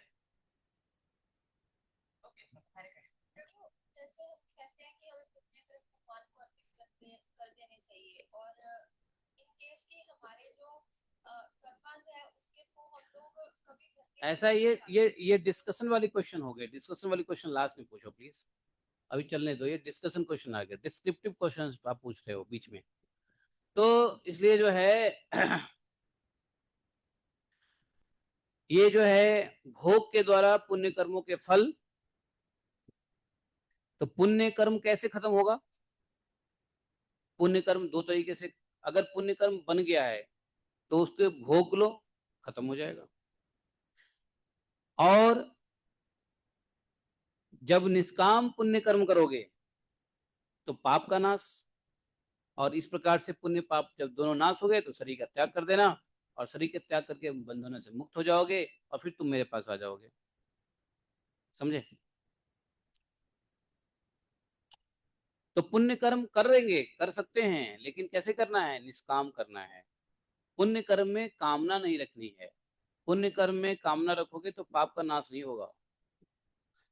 इसलिए ऐसे पुण्य कर्म जो निष्काम हो उसी से पाप का नाश होता है। पुण्य कर्म जो सकाम हो वो तो पुण्य कर्म भोगने के लिए आना पड़ेगा, और जब भोगने के लिए पुण्य कर्म आ गए तो बोलते हैं कि तुम उसके फल भोग लोगे। पुण्य कर्म के फल तो अच्छे ही होते हैं ना, बुरे नहीं होते हैं। तो पुण्य कर्म के फल भोग लो और निष्काम से पाप कर्म का नाश करो और शरीर त्याग करके मेरे पास आ जाओ। देवलोक में भी तुम्हारी बड़ी ख्याति है, तुम्हारा गीत गाया जाता है तुम्हारे चरित्र का। तुम्हारे द्वारा की हुई मेरी इसी स्तुति का जो मनुष्य कीर्तन करेगा और साथ ही मेरा और तुम्हारा स्मरण भी करेगा, वह समय पर कर्म बंधन से मुक्त हो जाएगा। तो बोले कि जो जो तुम्हारा और हमारा ये जो बीच का जो संबंध है उसको स्मरण करेगा, कीर्तन करेगा, है, हाँ, तुम्हारे द्वारा स्तुति की हुई जो भी मनुष्य करेगा वो भी कर्म बंधन से मुक्त हो जाएगा। प्रहलाद जी ने कहा, हे महेश्वर, आप वर देने वाले स्वामी हैं, आपसे एक और वर मांगता हूँ। प्रहलाद, भगवान ने कहा अब क्या हुआ? जब मैंने कहा वर मांगो तो तुमने कोई वर नहीं मांगे, और मांगने में ये मांगे कि तुमको कामना ही नहीं होना चाहिए। भगवान आश्चर्यचकित रह गए। प्रहलाद अब कौन सा वर मांगने के लिए तैयार हो गया? प्रहलाद महाराज को याद आ गया अपने पिता के बारे में, और जैसे भगवान ने इस प्रकार से कहा, प्रहलाद महाराज को तुरंत याद आया, बोले, ठहरिए ठहरिए ठहरिए भगवान, एक वर और मैं मांगता हूँ, आप तो वर देने वाले स्वामी हैं। तो आपसे एक वर और मांगता हूँ। बोले ठीक है।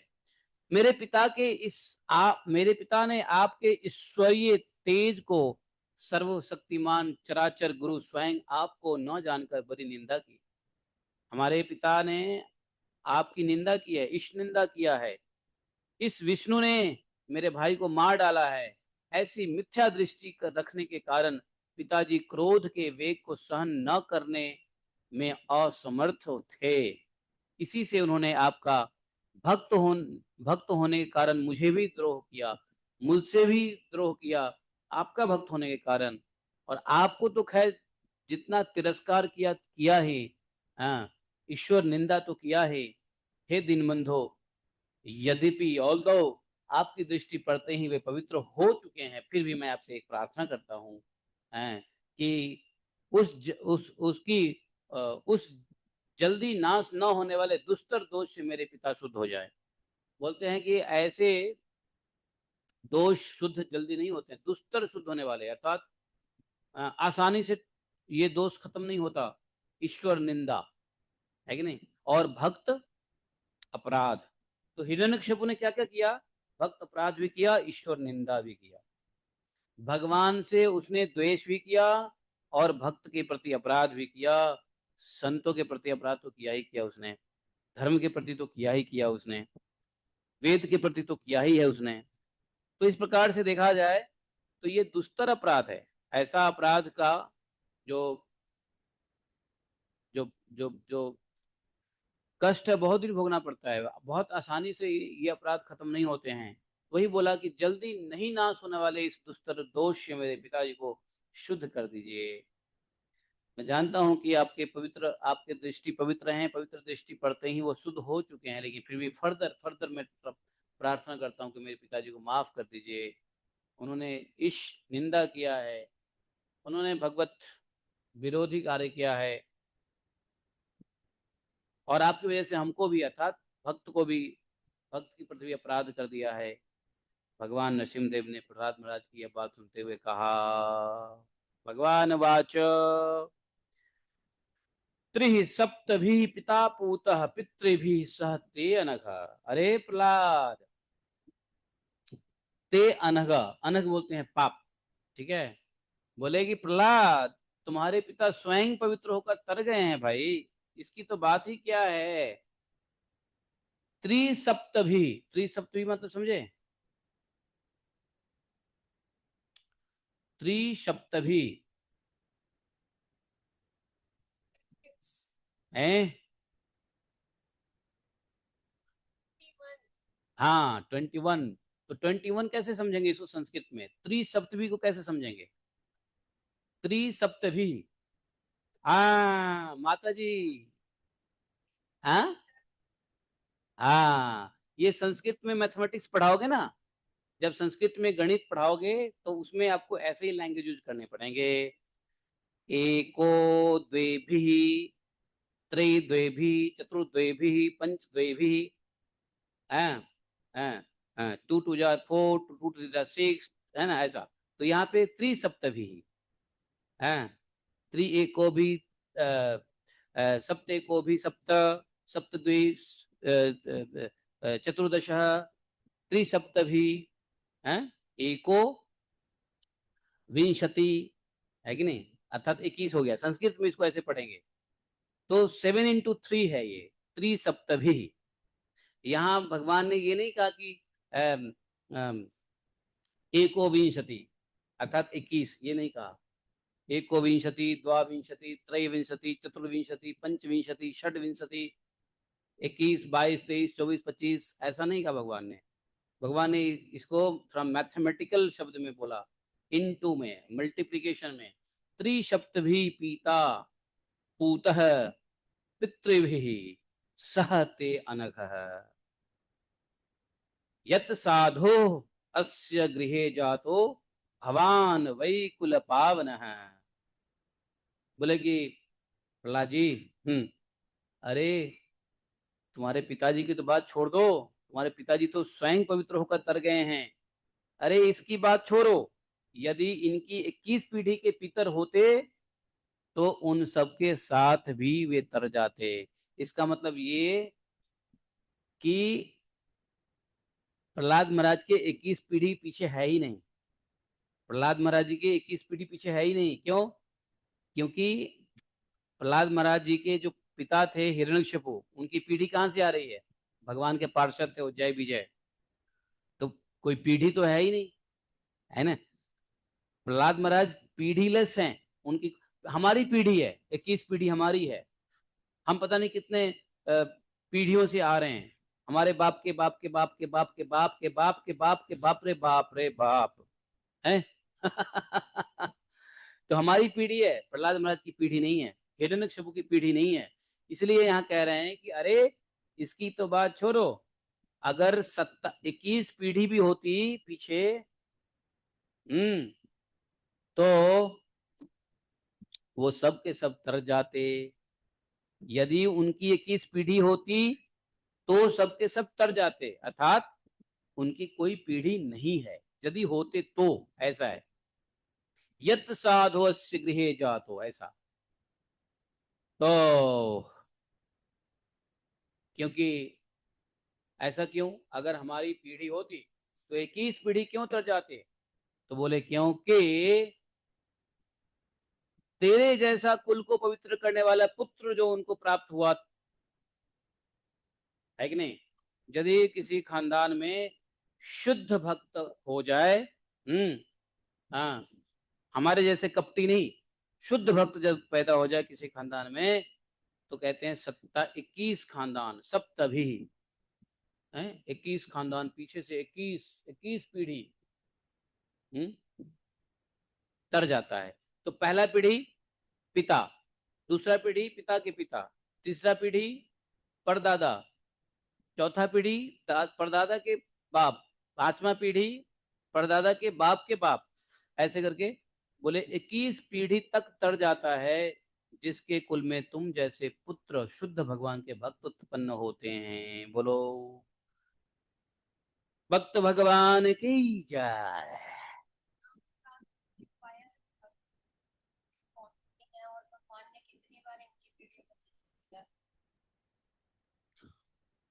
हाँ। हम्म। तो बोले मेरे शांत समदर्शी और सुख से सदाचार पालन करने वाले प्रेमी भक्तजन जहां जहां निवास करते हैं, जो मेरे भक्त होते हैं उनके लक्षण बताएं। क्या? शांत, समदर्शी, सुख से सदाचार पालन करने वाले। दुख से नहीं। सदाचार मतलब मंगला आरती में उठना पड़ता है, क्या करूं, ये दुख से सदाचार है। अच्छा माला करना है, 16 माला करना है, होता ही नहीं है, बड़ा टाइम नहीं। दुख से नहीं कोई सदाचार पालन करना है, सुख से।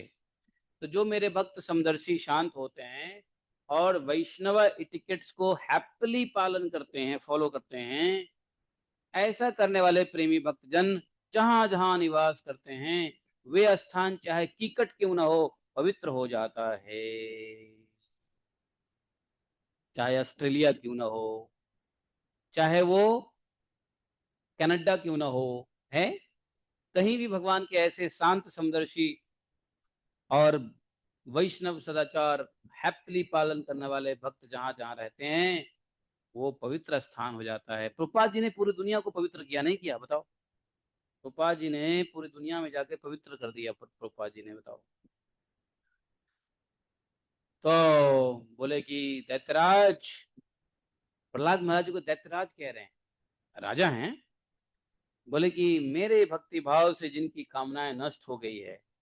भगवान की भक्ति पे, भगवान की भक्ति भाव में क्या होता है, कामनाएं पहले नष्ट हो जाती है धीरे धीरे। पहले तो हम कामनाओं से भगवान की भक्ति में आते हैं, इच्छा सकाम भक्ति करते हैं, लेकिन भगवान की भक्ति में जैसे आगे बढ़ते हैं कामनाएं नष्ट हो जाती है। तो बोले जिसके भक्ति भाव, जो मेरे भक्ति भाव से जिसकी कामनाएं नष्ट हो गई है, वे सभी जगह आत्म भाव में हो जाने के कारण छोटे बड़े किसी प्राणी को किसी प्रकार से कष्ट नहीं पहुंचाता। भगवान ने अपने भक्तों का एक लक्षण बताया कि वह कहीं भी किसी भी कारण से आत्मभाव में हमेशा रहता है, और इस आत्मभाव के कारण किसी भी छोटे बड़े किसी प्राणी को कष्ट नहीं पहुंचाता, क्योंकि जब आत्मभाव होगा तो सब में आत्म दिखेगा। आत्मभाव होने पे सभी में आत्मा दिखेंगे। जब सभी में आत्मा दिखेगा तो आत्मा वही परमात्मा। तो बोले कि क्यों किसी को नुकसान कष्ट पहुंचाएगा। बोले संसार में जो लोग, भगवान बोले कि संसार में जो लोग तुम्हारे अनुयायी होंगे वो भी मेरे भक्त हो जाएंगे। बेटा प्रहलाद, तुम मेरे सभी भक्तों के आदर्श हो। भगवान के भक्तों में आदर्श भक्त हैं प्रहलाद महाराज, जिनका आदर्श किसको कहते हैं? आदर्श क्या? अर्थात जिसके दर्शन को अपना लो, अर्थात जिसके फिलॉसफी को आप भी अपना सकते हो, उसको आदर्श कहते हैं।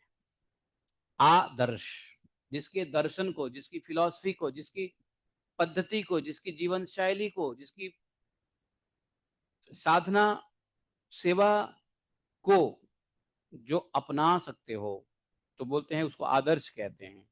तो तुम मेरे सभी भक्तों के आदर्श हो। हमारे सभी भक्त तुम्हारे बताए हुए मार्ग पे चलेंगे। यद्यपि मेरे अंगों का स्पर्श होने से तुम्हारे पिता पूर्ण रूप से पवित्र हो गए हैं, फिर भी एक काम करो, तुम अंत्येष्टि क्रिया करो। तुम्हारे जैसे संतान के कारण उन्हें उत्तम लोकों की प्राप्ति होगी। बेटा प्रहलाद, तुम अपने पिता के पद पर स्थित हो जाओ और वेदवादी मुनियों की आज्ञा के अनुसार मुझ में अपना मन लगाकर मेरी शरण में रहकर मेरी सेवा के लिए अपने सारे कार्य को करो। अब तुम्हारा जो भी कार्य हो भगवान की सेवा के लिए हो, मेरी सेवा के लिए हो, ऐसा कहा। कहा कि देखो तुम्हारे पिताजी तो पवित्र हो ही गए हैं, लेकिन फिर भी अंत्येष्टि करो, अंत्येष्टि क्रिया करो।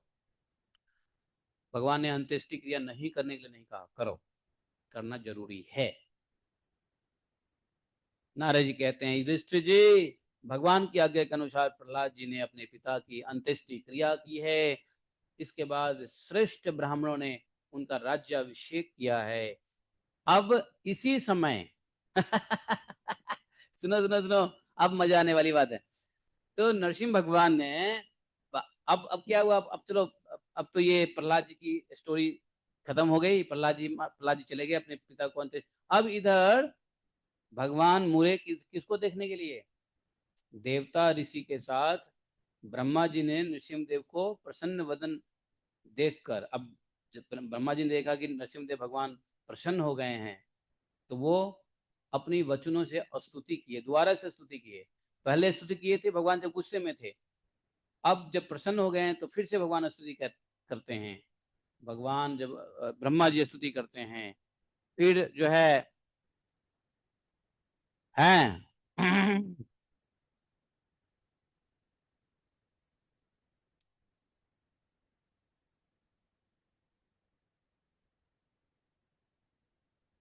ब्रह्मा जी क्या कहते हैं, और ब्रह्मा जी को भगवान क्या कहेंगे, सुनो, बड़ा आनंद आएगा। ब्रह्मा जी को भगवान, ब्रह्मा जी को लग गया कि भगवान प्रसन्न हो गए खुश हो गए ब्रह्मा जी। लेकिन ब्रह्मा जी, नरसिंहदेव भगवान ब्रह्मा जी को उल्टा डांट दिए। ब्रह्मा जी ने कहा कि देव देव अखिल अध्यक्ष भूत भावन पूर्वज हैं, देव देव अखिल अध्यक्ष, देव देवताओं के भी अखिल अध्यक्ष, देव देवा अखिलाध्यक्ष भूत भावन पूर्वज, दृष्टिया ते निहितः पापो लोक संतापनो असुर है। बोले कि देवताओं के आराध्य देव, आप अंतर्यामी जीवों के जीवन दाता और मेरे भी पिता हैं। यह पापी दैत्य लोगों को बहुत सता रहा था। यह बड़े सौभाग्य की बात है कि आपने इसको मार डाला। हालांकि मैंने ही इसको वर दिया था ये ब्रह्मा जी कह रहे हैं, हालांकि मैंने ही इसको वर दिया था कि मेरी सृष्टि का कोई भी प्राणी इसको मार नहीं सकेगा। इससे यह मतवाला हो गया था महाराज। तपस्या योग के बल के कारण बड़ा उच्छृंखल होकर इसने वेद विधियों का उच्छेदन कर दिया था, धर्म का नाश कर रहा था। यह भी बड़े सौभाग्य की बात है कि इसके पुत्र परम भागवत शुद्ध हृदय नन्हे से शिशु प्रहलाद को आपने मृत्यु के मुख से छुड़ा दिया। और यह भी बड़े आनंद की और मंगल की बात है कि अब यह आपके शरण में है। हे भगवान, आपके इस नरसिंह रूप का ध्यान जो कोई एकाग्र मन से करेगा उसे यह सब प्रकार के भय बचा लेगा। हैं, यहाँ तक कि मारने की इच्छा से आई हुई मृत्यु भी उसका कुछ नहीं बिगाड़ सकेगी। समझे? कोई भक्त अंतिम समय में भी भगवान उग्र नरसिंह का स्मरण कर ले तो कहते हैं मृत्यु भी एक बार को इनके सामने कुछ नहीं बिगाड़ेगा। मृत्यु आके खड़े हो जाएंगे। जब तक भक्त कहेगा नहीं तब तक मृत्यु उसको ले नहीं जाएगा भक्त को। लेकिन भक्त क्यों मृत्यु को मना करेगा? मृत्यु अर्थात काल भगवान के ही रूप हैं, इसलिए जब मृत्यु आएगा तो भक्त भगवान का स्मरण करके मृत्यु को उद्धार कर देगा। लेकिन यदि वह भक्त चाहे तो मृत्यु उसका कुछ बिगाड़ नहीं सकता है। लेकिन भक्त दयालु होते हैं, भक्त किसी के कार्य में हस्तक्षेप नहीं देते, इसलिए मृत्यु को भी रोक नहीं सकते भक्त। लेकिन चाहे तो रोक दे, बोले कि ऐसा है आपका यह रूप। अब ये बात चिकनी चुपड़ी बात कर रहे ब्रह्मा जी। नरसिम्हदेव भगवान सुन रहे हैं चुपचाप।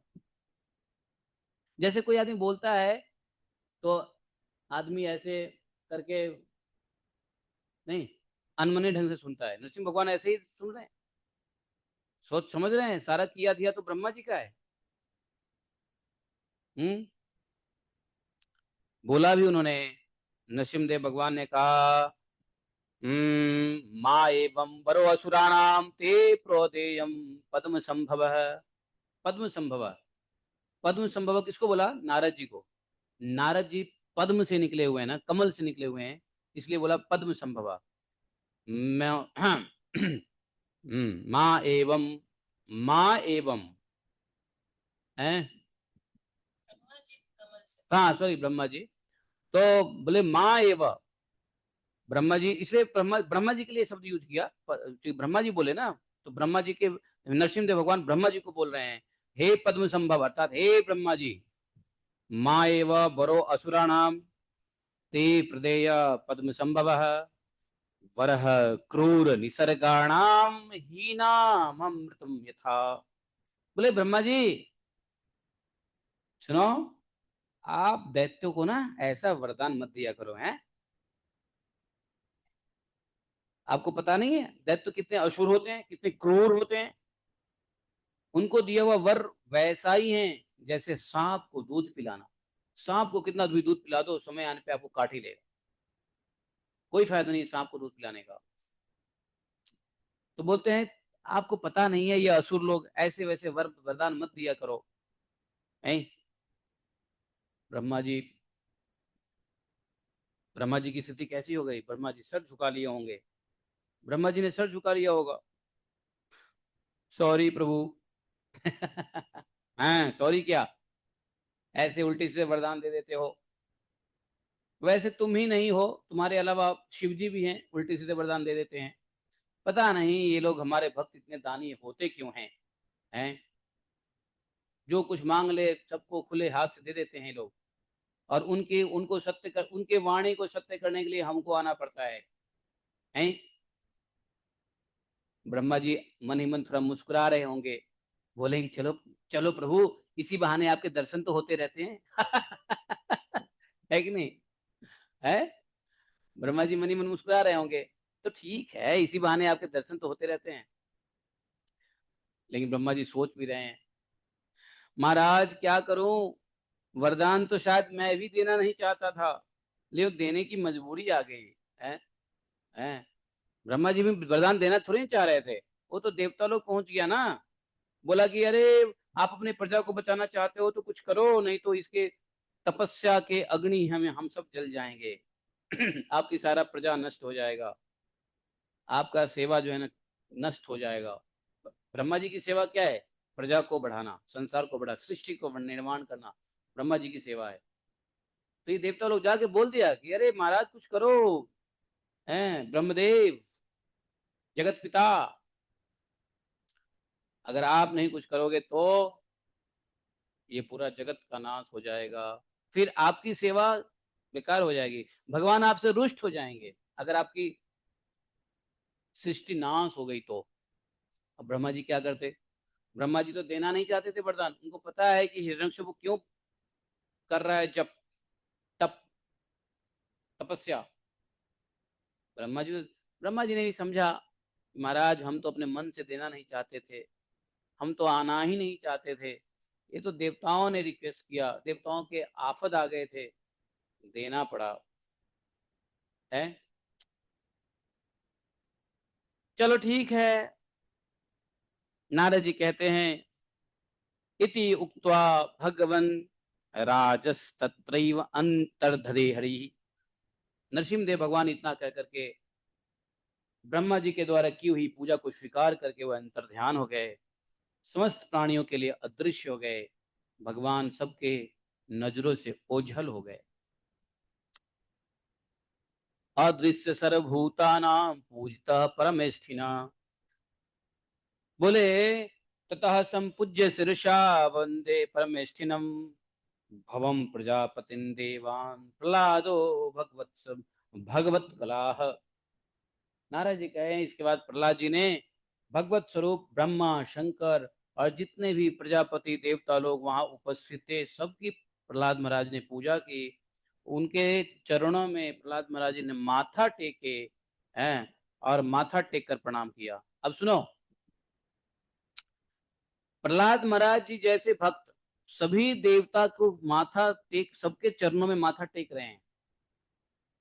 प्रहलाद महाराज जी भगवान से मिलने के बाद, भगवान के कर कमल अपने सर पे पाने के बाद, भगवान से वरदान पाने के बाद, भगवान को प्रसन्न करने के बाद भी प्रहलाद महाराज जी ने सभी देवी देवता जो भी वहां पे आए थे, ब्रह्मा जी शंकर जी इंद्र, जितने भी प्रजापति ऋषि मुनि जो भी आए थे, सब ने प्रहलाद महाराज, सबको प्रहलाद महाराज जी ने माथा टेक कर प्रणाम किया।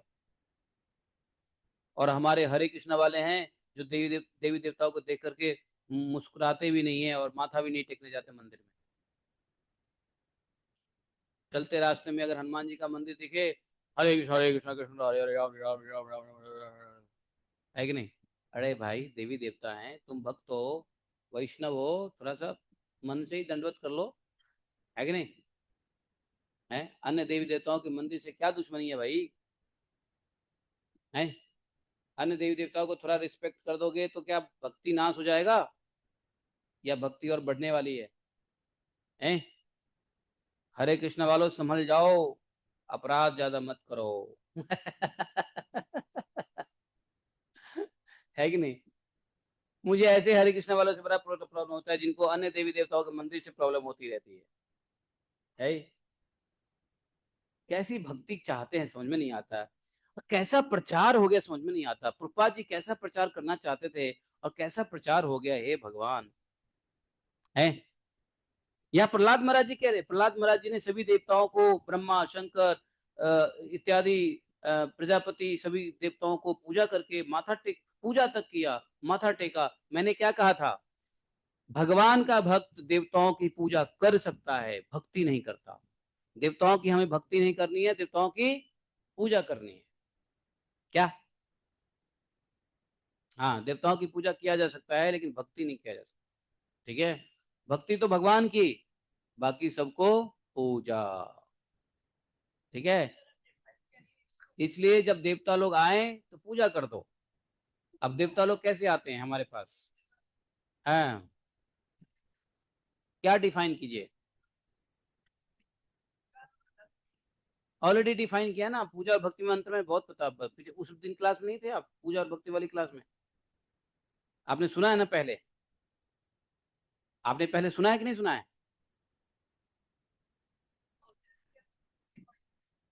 ना ना, वो मुझे याद नहीं है, लेकिन एक दिन हमने भक्ति और पूजा के बारे में बताया था। आप में से किसको पता है भक्ति और पूजा का अंतर? हमने बताया था।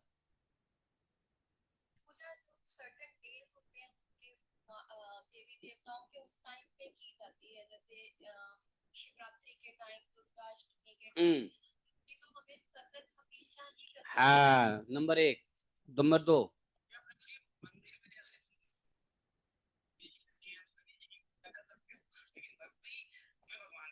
तो और भक्ति और पूजा में क्या अंतर है? हाँ ठीक है, ये भी सही है। तो भक्त पूजा कर सकता है, अन्य देवताओं की भक्ति नहीं करता। जैसे मैंने एक एग्जांपल दिया था। मैंने नहीं नहीं, अगर रोज रोज करते हो तो फिर तो भक्ति हो गई। अगर अगर साल में एक बार गणपति आता है, आपने पूजा कर लिया, तो दैट्स पूजा। ठीक है। साल में एक बार लक्ष्मी पूजा आता है, लक्ष्मी पूजा कर लिया, तो दैट्स पूजा। अगर रोज रोज लक्ष्मी जी का आरती दिखाता हूँ तो वो भक्ति हो गई फिर तो। भक्ति डेली होता है, पुनरावृत्त होता है, भक्ति बार बार होता है, भक्ति पूरे दिन होता है, तो भक्ति में मन हमेशा लगा रहता है। पूजा में मन हमें, पूजा में जो है हमारे कर्मेंद्रियां लगते हैं, मन भगवान में लगता है, पूजा में हमारी इंद्रियां लगी रहती है। ठीक है। तो भक्त, इसलिए मैंने एग्जाम्पल भी दिया था कि नंद बाबा लोग भगवान की भक्ति करते थे, यशोदा मैया लोग भगवान की भक्ति करते थे, लेकिन पूजा देवताओं की करते थे। जैसे इंद्र की पूजा किया, इंद्र के मान भंग के बाद क्या इंद्र का पूजा बंद हो गया? नहीं। इंद्र के मान भंग के बाद इंद्र का पूजा चलता रहा ब्रज में। भगवान ने कहा कि मैंने इंद्र का मान भंग करने के लिए ऐसा किया। आप लोग जो इंद्र को देना है देते रहो। तो पहले इंद्र को पूजा के बड़े बड़े यज्ञ हवन, अब भगवान ने उसका मेथड चेंज कर दिया। बोला कि ठीक है, बारिश होता है, फसल होता है, तो ठीक है, फसल का अनाज थोड़ा इंद्र को ऐसे ही दिखा दो। तो क्या करते हैं मालूम है? जैसे अनाज होता है, तो अनाज क्या है, मुड़िया बनाते हैं, मुड़िया क्या बोलते हैं, मुड़िया पुड़िया बोलते हैं। उसको टांग देते हैं छत पे। आपको नहीं पता, आप लोग किसान के घर में पैदा नहीं हो, मुझे पता है। जब जब धान गेहूं की फसल होता है ना, तो धान को क्या करते हैं, पहले उसको बांधते हैं, बांध के उसको ऊपर टांग देते हैं कि भैया देवी देवता ले लो अपना हिस्सा। उसको क्या बोलते हैं? हमारे यहाँ होता था, हमारे घर पे होता था। जब धान होता था ना, तो धान की एक मुट्ठा बनती थी, उस मुट्ठा को पहले बांध के भगवान को ऑफर करते थे, बस देवताओं को ऑफर करते थे। वो टांग देते थे घर के किसी कोने में, भैया देवता लोग यहाँ से ले लो। तो अधिक पूजा नहीं चाहिए, देवताओं को ले लो, आपका आपका। हाँ। फिर जब आप कोई यज्ञ वगैरह करते हो तो देवताओं को आप उनका देते ही हो, है ना। भगवान का के लिए भी यज्ञ किया तो भी आप, और जो भी आपके शादी श्राद्ध होते हैं उसमें भगवान का आशीर्वाद लेना होता है, तो उसमें भी यज्ञ होता है, तो उसमें भी देवी देवताओं का ऑफर होता ही है। तो जो भी उपनयन संस्कार हो, जो भी जातक कर्म होता है, जो भी मतलब 16 संस्कार में, सभी संस्कारों में देवताओं का आशीर्वाद के लिए देवताओं की पूजा होती है। आप कोई यज्ञ करोगे तो देवताओं को नहीं बुलाओगे, फलाना देवता या गच्छ यतिष्ठ, है, नैवेद्यम समर्पयामी, तांबूलम समर्पयामी, दिस समर्पयामी, दैट समर्पयामी, है। हैं, वस्त्रम समर्पयामी, जलम समर्पयामी, गंध पुष्प समर्पयामी, पाद्य अर्घ समर्पयामी। ऐसे करके सभी देवताओं की पूजा होती है। और अंत में देवताओं की पूजा हो गई तो स्वस्थानम गच्छ, विसर्जन कर देते हैं, अपने अपने जगह पे चले जाओ। पहले बोला या गच्छ या तिष्ठ, यहाँ जाइए, बैठ जाइए, स्वीकार कीजिए अर्घ, पुष्प, फल, अक्षत, जौ, तिल, नैवेद्य, फलम समर्पयामी। हम्म और जब सब कुछ पूजा हो गया, आरती धूप सब कर लिया, तिलक चंदन वस्त्र दक्षिणा देवताओं को देके, फिर क्या करते हैं हम लोग? स्वस्थानम, स्व स्थानम गच्छ, अपने अपने जगह चले जाए। पूजा स्वीकार कीजिए, और हमें किसी त्रुटि के लिए क्षमा कीजिए, और अपने अपने धाम चले जाइए। ये पूजा होता है ना। लेकिन भक्ति में भगवान को अपने भक्त हृदय में रखता है, तो हृदय में देवता नहीं रहते हैं। तो इसलिए बोले कि मैं यहाँ इसलिए बोल रहा हूँ कि प्रहलाद महाराज देखिए, सभी भक्त सभी देवताओं को पूजा किया, सभी देवताओं को पूजा करके माथा टेक कर प्रणाम किया है, समझे। तो पूजा कभी कभी होती है, भक्ति हमेशा सतत निरंतर होता है। भक्ति सोते उठते खाते पीते जगते होता है। पूजा के लिए एक समय है, मुहूर्त पे होता है, पर्टिकुलर मुहूर्त पे पूजा होता है। लेकिन बिना मुहूर्त के पूजा करोगे तो भक्ति हो जाएगा, है ना। भगवान की पूजा के लिए कोई मुहूर्त होता है क्या, बताएं जरा। भगवान की पूजा, आज मुहूर्त है, आज फला, आज ये कृष्ण जन्माष्टमी है, तो कुछ लोग भगवान को भी देवता मान के ही पूजा करते हैं कि आज जन्माष्टमी है तो सिर्फ आज व्रत करना है। कितने पागल लोग घूम रहे हैं जो सिर्फ भगवान की जन्माष्टमी पे ही उपवास करते हैं और पूरे साल भर जो है ना गंदे चीज खाते पीते रहते हैं। उनको पता ही चलता है what is Krishna and what is Krishna's consciousness. तो वो क्या हो गया, एक जन्माष्टमी पे कृष्ण भगवान की पूजा कर ली तो पूजा हो गया। क्या हुआ, समझे? तो इस प्रकार से जो है ये भक्ति और पूजा में अंतर है, समझे? यहाँ पे बोला कि प्रहलाद महाराज, ये कौन बोल रहे हैं? नारद जी बोल रहे हैं। अब शुक्राचार्य आदि मुनि भी वहां पे थे। ब्रह्मा जी ने प्रहलाद जी को समस्त दानव और दैत्यों का अधिपति बना दिया।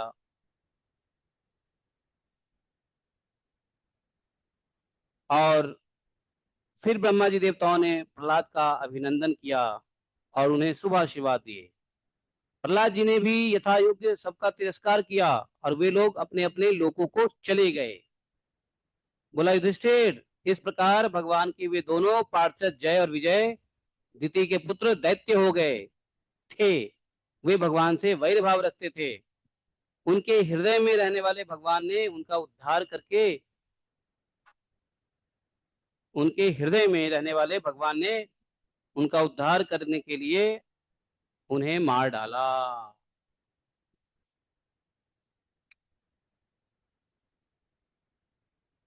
तो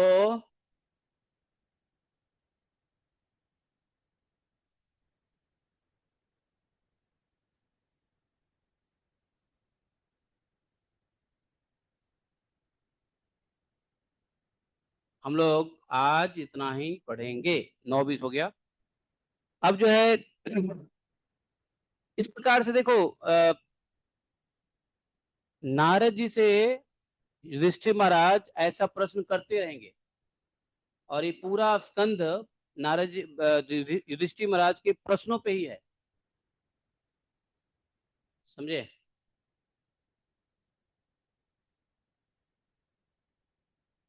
नाना प्रकार के प्रश्न करेंगे। इसी में गृहस्थ आश्रम, वर्णाश्रम, अवधूत आश्रम, संन्यास आश्रम, सबके बारे में प्रश्न करेंगे और नारद जी उसका उत्तर देंगे। तो ये स्कंद अंतोगत्वा इन्हीं सब प्रश्नों के उत्तर में समाप्त हो जाएगा। तो फिर हम लोग इसको कल पढ़ेंगे आगे। हाँ बोलो, क्या कह रहे थे माता जी? क्या कह रहे थे?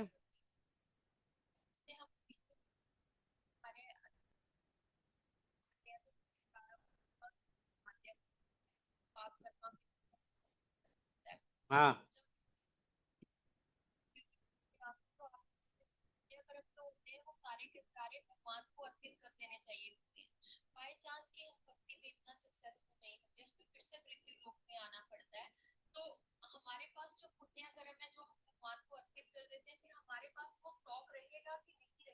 कौन सा स्टॉक?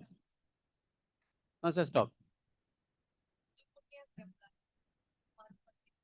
तो पुण्य क्रम है तो पुण्य क्रम को भोग के खत्म करते हैं ना।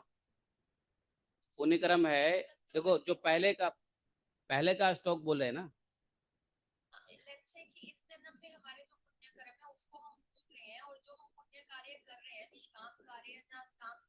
हाँ, हाँ तो वो आपको स्टॉक में रहेगा ही नहीं, वो तो एंट्री खत्म हो गया ना।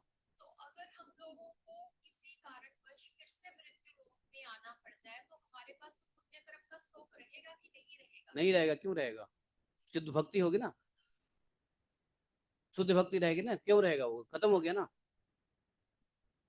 है ना। अगर किसी निमित्तवश अगर आपको आना पड़ता है मृत्यु लोक पे या कहीं भी किसी लोक में, तो पुण्य और पाप दोनों अगर भस्म है तो शुद्ध भक्ति होगी। अभी शुद्ध भक्ति के लिए हम स्ट्रगल कर रहे हैं, है कि नहीं? तब जाकर के सहज रूप से शुद्ध भक्ति प्राप्ति होगी, है ना। और उस वक्त जो और उस वक्त जो उस वक्त जो हम भगवान की भक्ति करता है, कोई व्यक्ति अगर उस वक्त आकर के भगवान की भक्ति करेगा, तो वो भक्ति, कोई भी कर्म करेगा तो भगवान की प्रसन्नता के लिए करेगा। शुद्ध भक्ति में कोई भी कर्म भगवान की प्रसन्नता के लिए करेगा। अब भगवान की प्रसन्नता के लिए करेगा तो फिर उसको कर्म का फल मिलने वाला नहीं है, नहीं। और पाप कर्म तो करेगा ही नहीं, नहीं। तो इसलिए ये समझे, या मैं आपके प्रश्न को नहीं समझा?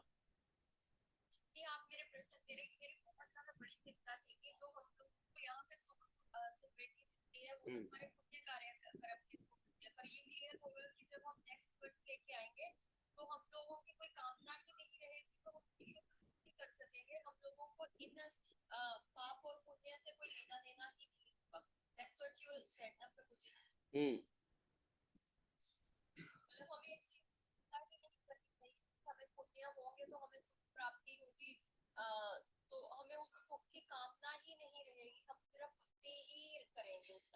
और क्या?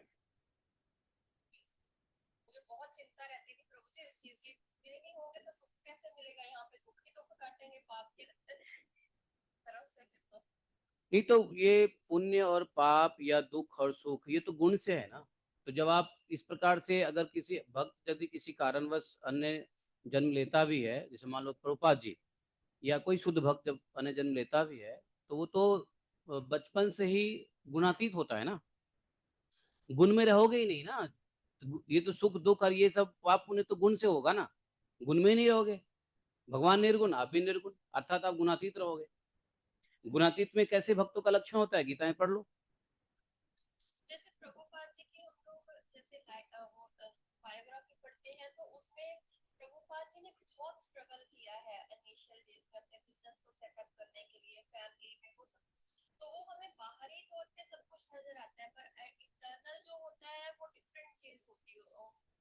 नहीं नहीं, ऐसा है, बाहर भी ऐसा है। अभी भगवान देखो, अभी भगवान ने यहाँ पे एक और बात प्रहलाद महाराज जी को कहा, आपने नोटिस नहीं किया, नोटिस करते तो ये बात समझ जाते हैं। प्रहलाद महाराज को भगवान ने कहा अंत में, देखो वो सेक्शन निकालो। प्रहलाद महाराज जी को कहा कि तुम आ, हाँ, मेरे भक्ति भाव से प्राणी को कष्ट नहीं पहुंचता, अनुयायी हो गए, मेरे भक्त हो जाएंगे, मेरे भक्त जय करो तुम जैसे। हाँ, एक मिनट, प्रहलाद महाराज जी को कहा, हाँ देखो, एक बात और कहा, अ, समस्त प्राणी में तुम देखती रहना, मेरे सुनते रहना, आराधना और इस प्रकार से अच्छाई कर देना। भोग के द्वारा पुण्य कर्म फल इस काम पास होते हैं, समय से त्याग करना, बंधन से मुक्त हो, तुम मेरे पास आ जाओगे। तुम्हारे जैसे कामना नहीं करते। एक एक बात मैं बताता हूँ, श्लोक का संख्या निकाल रहा हूँ, ज्यादा अच्छा रहेगा।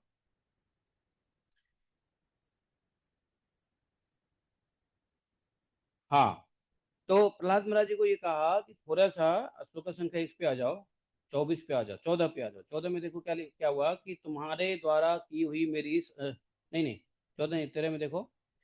यहाँ किसी श्लोक में भगवान ने उनको ये कहा था कि तुम्हारे बच्चे खुचे जो प्रारब्ध है वो सब खत्म हो जाएगा। उन्होंने कहा कि कुछ नहीं तो एक मनवंतर तक, है ना, कुछ नहीं तो एक मनवंतर तक तुम दैत्य के राज्य को भोगो, दैत्य के अधिपतियों को भोग स्वीकार करो, 11वें नंबर में कहा, ठीक है ना। हाँ, और बोला कि समस्त प्राणियों के हृदय के यज्ञ के भोक्ता ईश्वर के रूप में मैं ही विराजमान हूँ, तुम अपने हृदय में मुझे देखते रहना और मेरी लीला कथाएं जो तुम्हें अत्यंत प्रिय सुनते रहना। इस समस्त कर्मों के द्वारा मेरी आराधना करना और इस प्रकार अपने प्रारब्ध कर्म का क्षय कर देना। देखो 12 नंबर में देखो क्या लिखा हुआ है, अपने प्रारब्ध कर्म का क्षय कर देना। अगर भक्त आता भी है तो उसके जो कुछ भी प्रारब्ध कर्म है वो करके खत्म कर देता है। तो आपने जो प्रभुपाद जी की बात कही ना, तो प्रभुपाद जी ने जो कुछ भी किया वो उनके प्रारब्ध थोड़े बचे जो थे वो क्षय कर दिया उन्होंने करके। लेकिन उस कर्म में उन्होंने कोई पाप नहीं किया होगा, ईमानदारी से नौकरी किया, ईमानदारी से बिजनेस किया, है कि नहीं। उन्होंने, उनका पैसा डूब गया लेकिन उन्होंने किसी का पैसा नहीं डुबाया, है कि नहीं। प्रभुपाद जी का पैसा डूब गया लेकिन प्रभुपाद जी ने किसी का पैसा नहीं डुबाया, बराबर है ना। तो प्रारब्ध कर्म का क्षय, यदि कुछ है थोड़ा बहुत बचा हुआ तो खत्म कर हो जाता है, समझे। ये 12 नंबर श्लोक में लिखा हुआ ना। फिर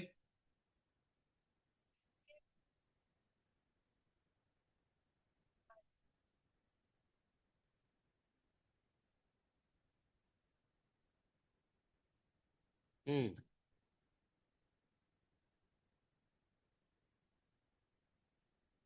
हम्म।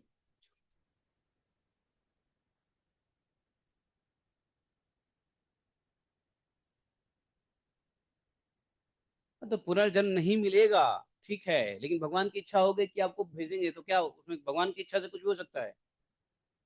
हमारे अपने, सुनो, पुनर्जन्म कब नहीं होगा?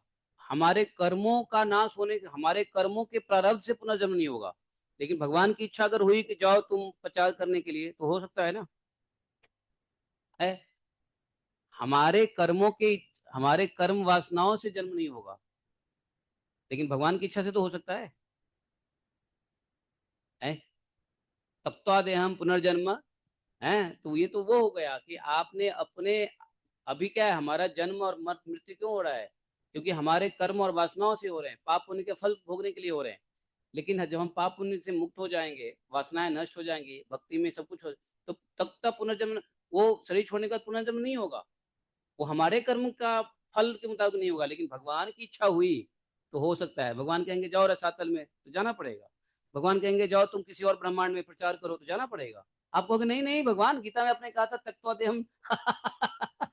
भगवान ने कहा था वो जो मैंने कहा था वो तुम्हारे क्रियाओं कर्म के लिए कहा था, हमारे आदेश के मुताबिक कुछ और है।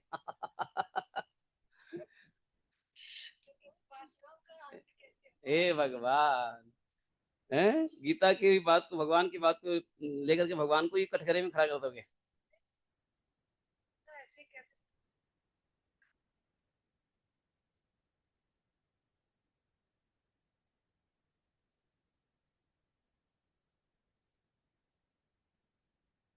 हम्म।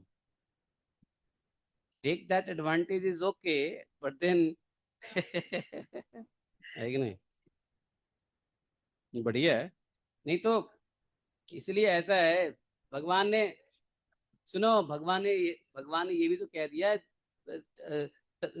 देहांतर प्राप्ति धीरज तत्र न मुह्यते। जन्म से क्यों मोहित हो रहे हो? जो धीर व्यक्ति होता है, धीर भक्त होता है, वो तो कोई मोह होता ही नहीं उसको जन्म से। तथा देहांतर प्राप्ति धीरज तत्र न मुह्यते। एक शरीर छूटता है, दूसरा शरीर मिलता है। जो धीरज हो, धैर्य धारण करता है, जो धैर्य पुरुष होता है, भक्त होता है, उसको कोई जन्म मिले या ना मिले उसे क्या फर्क पड़ता है? उसको मोह, जन्म मृत्यु से मोह है ही नहीं। तो काहे को खुश हो रहे हो कि भगवान हमें अब तत्वा दे हम। तो ये ठीक है, आप गीता में एक जगह कुछ और कह रहे हैं, दूसरी जगह कुछ और, भी तो भगवान की बात समझो। हाँ जी।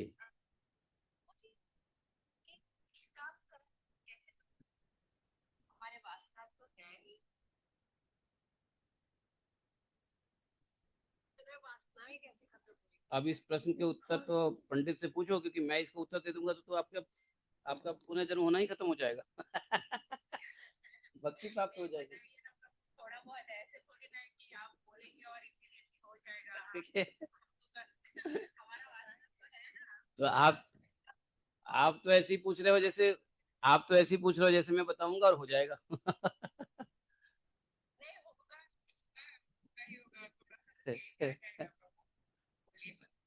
हाँ, हाँ, हाँ। क्या क्या क्या, कैसे, क्या प्रश्न, क्या?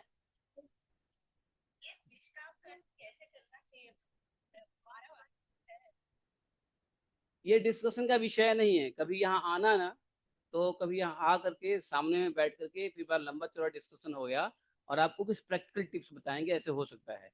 ऐसे किचन में रह के सुन लोगे कुछ समझ में, ऐसे ऐसे तो बहुत सारे टिप्स हमने दिए ऑनलाइन, किसी को दिमाग में घुसा ही नहीं। है कि नहीं?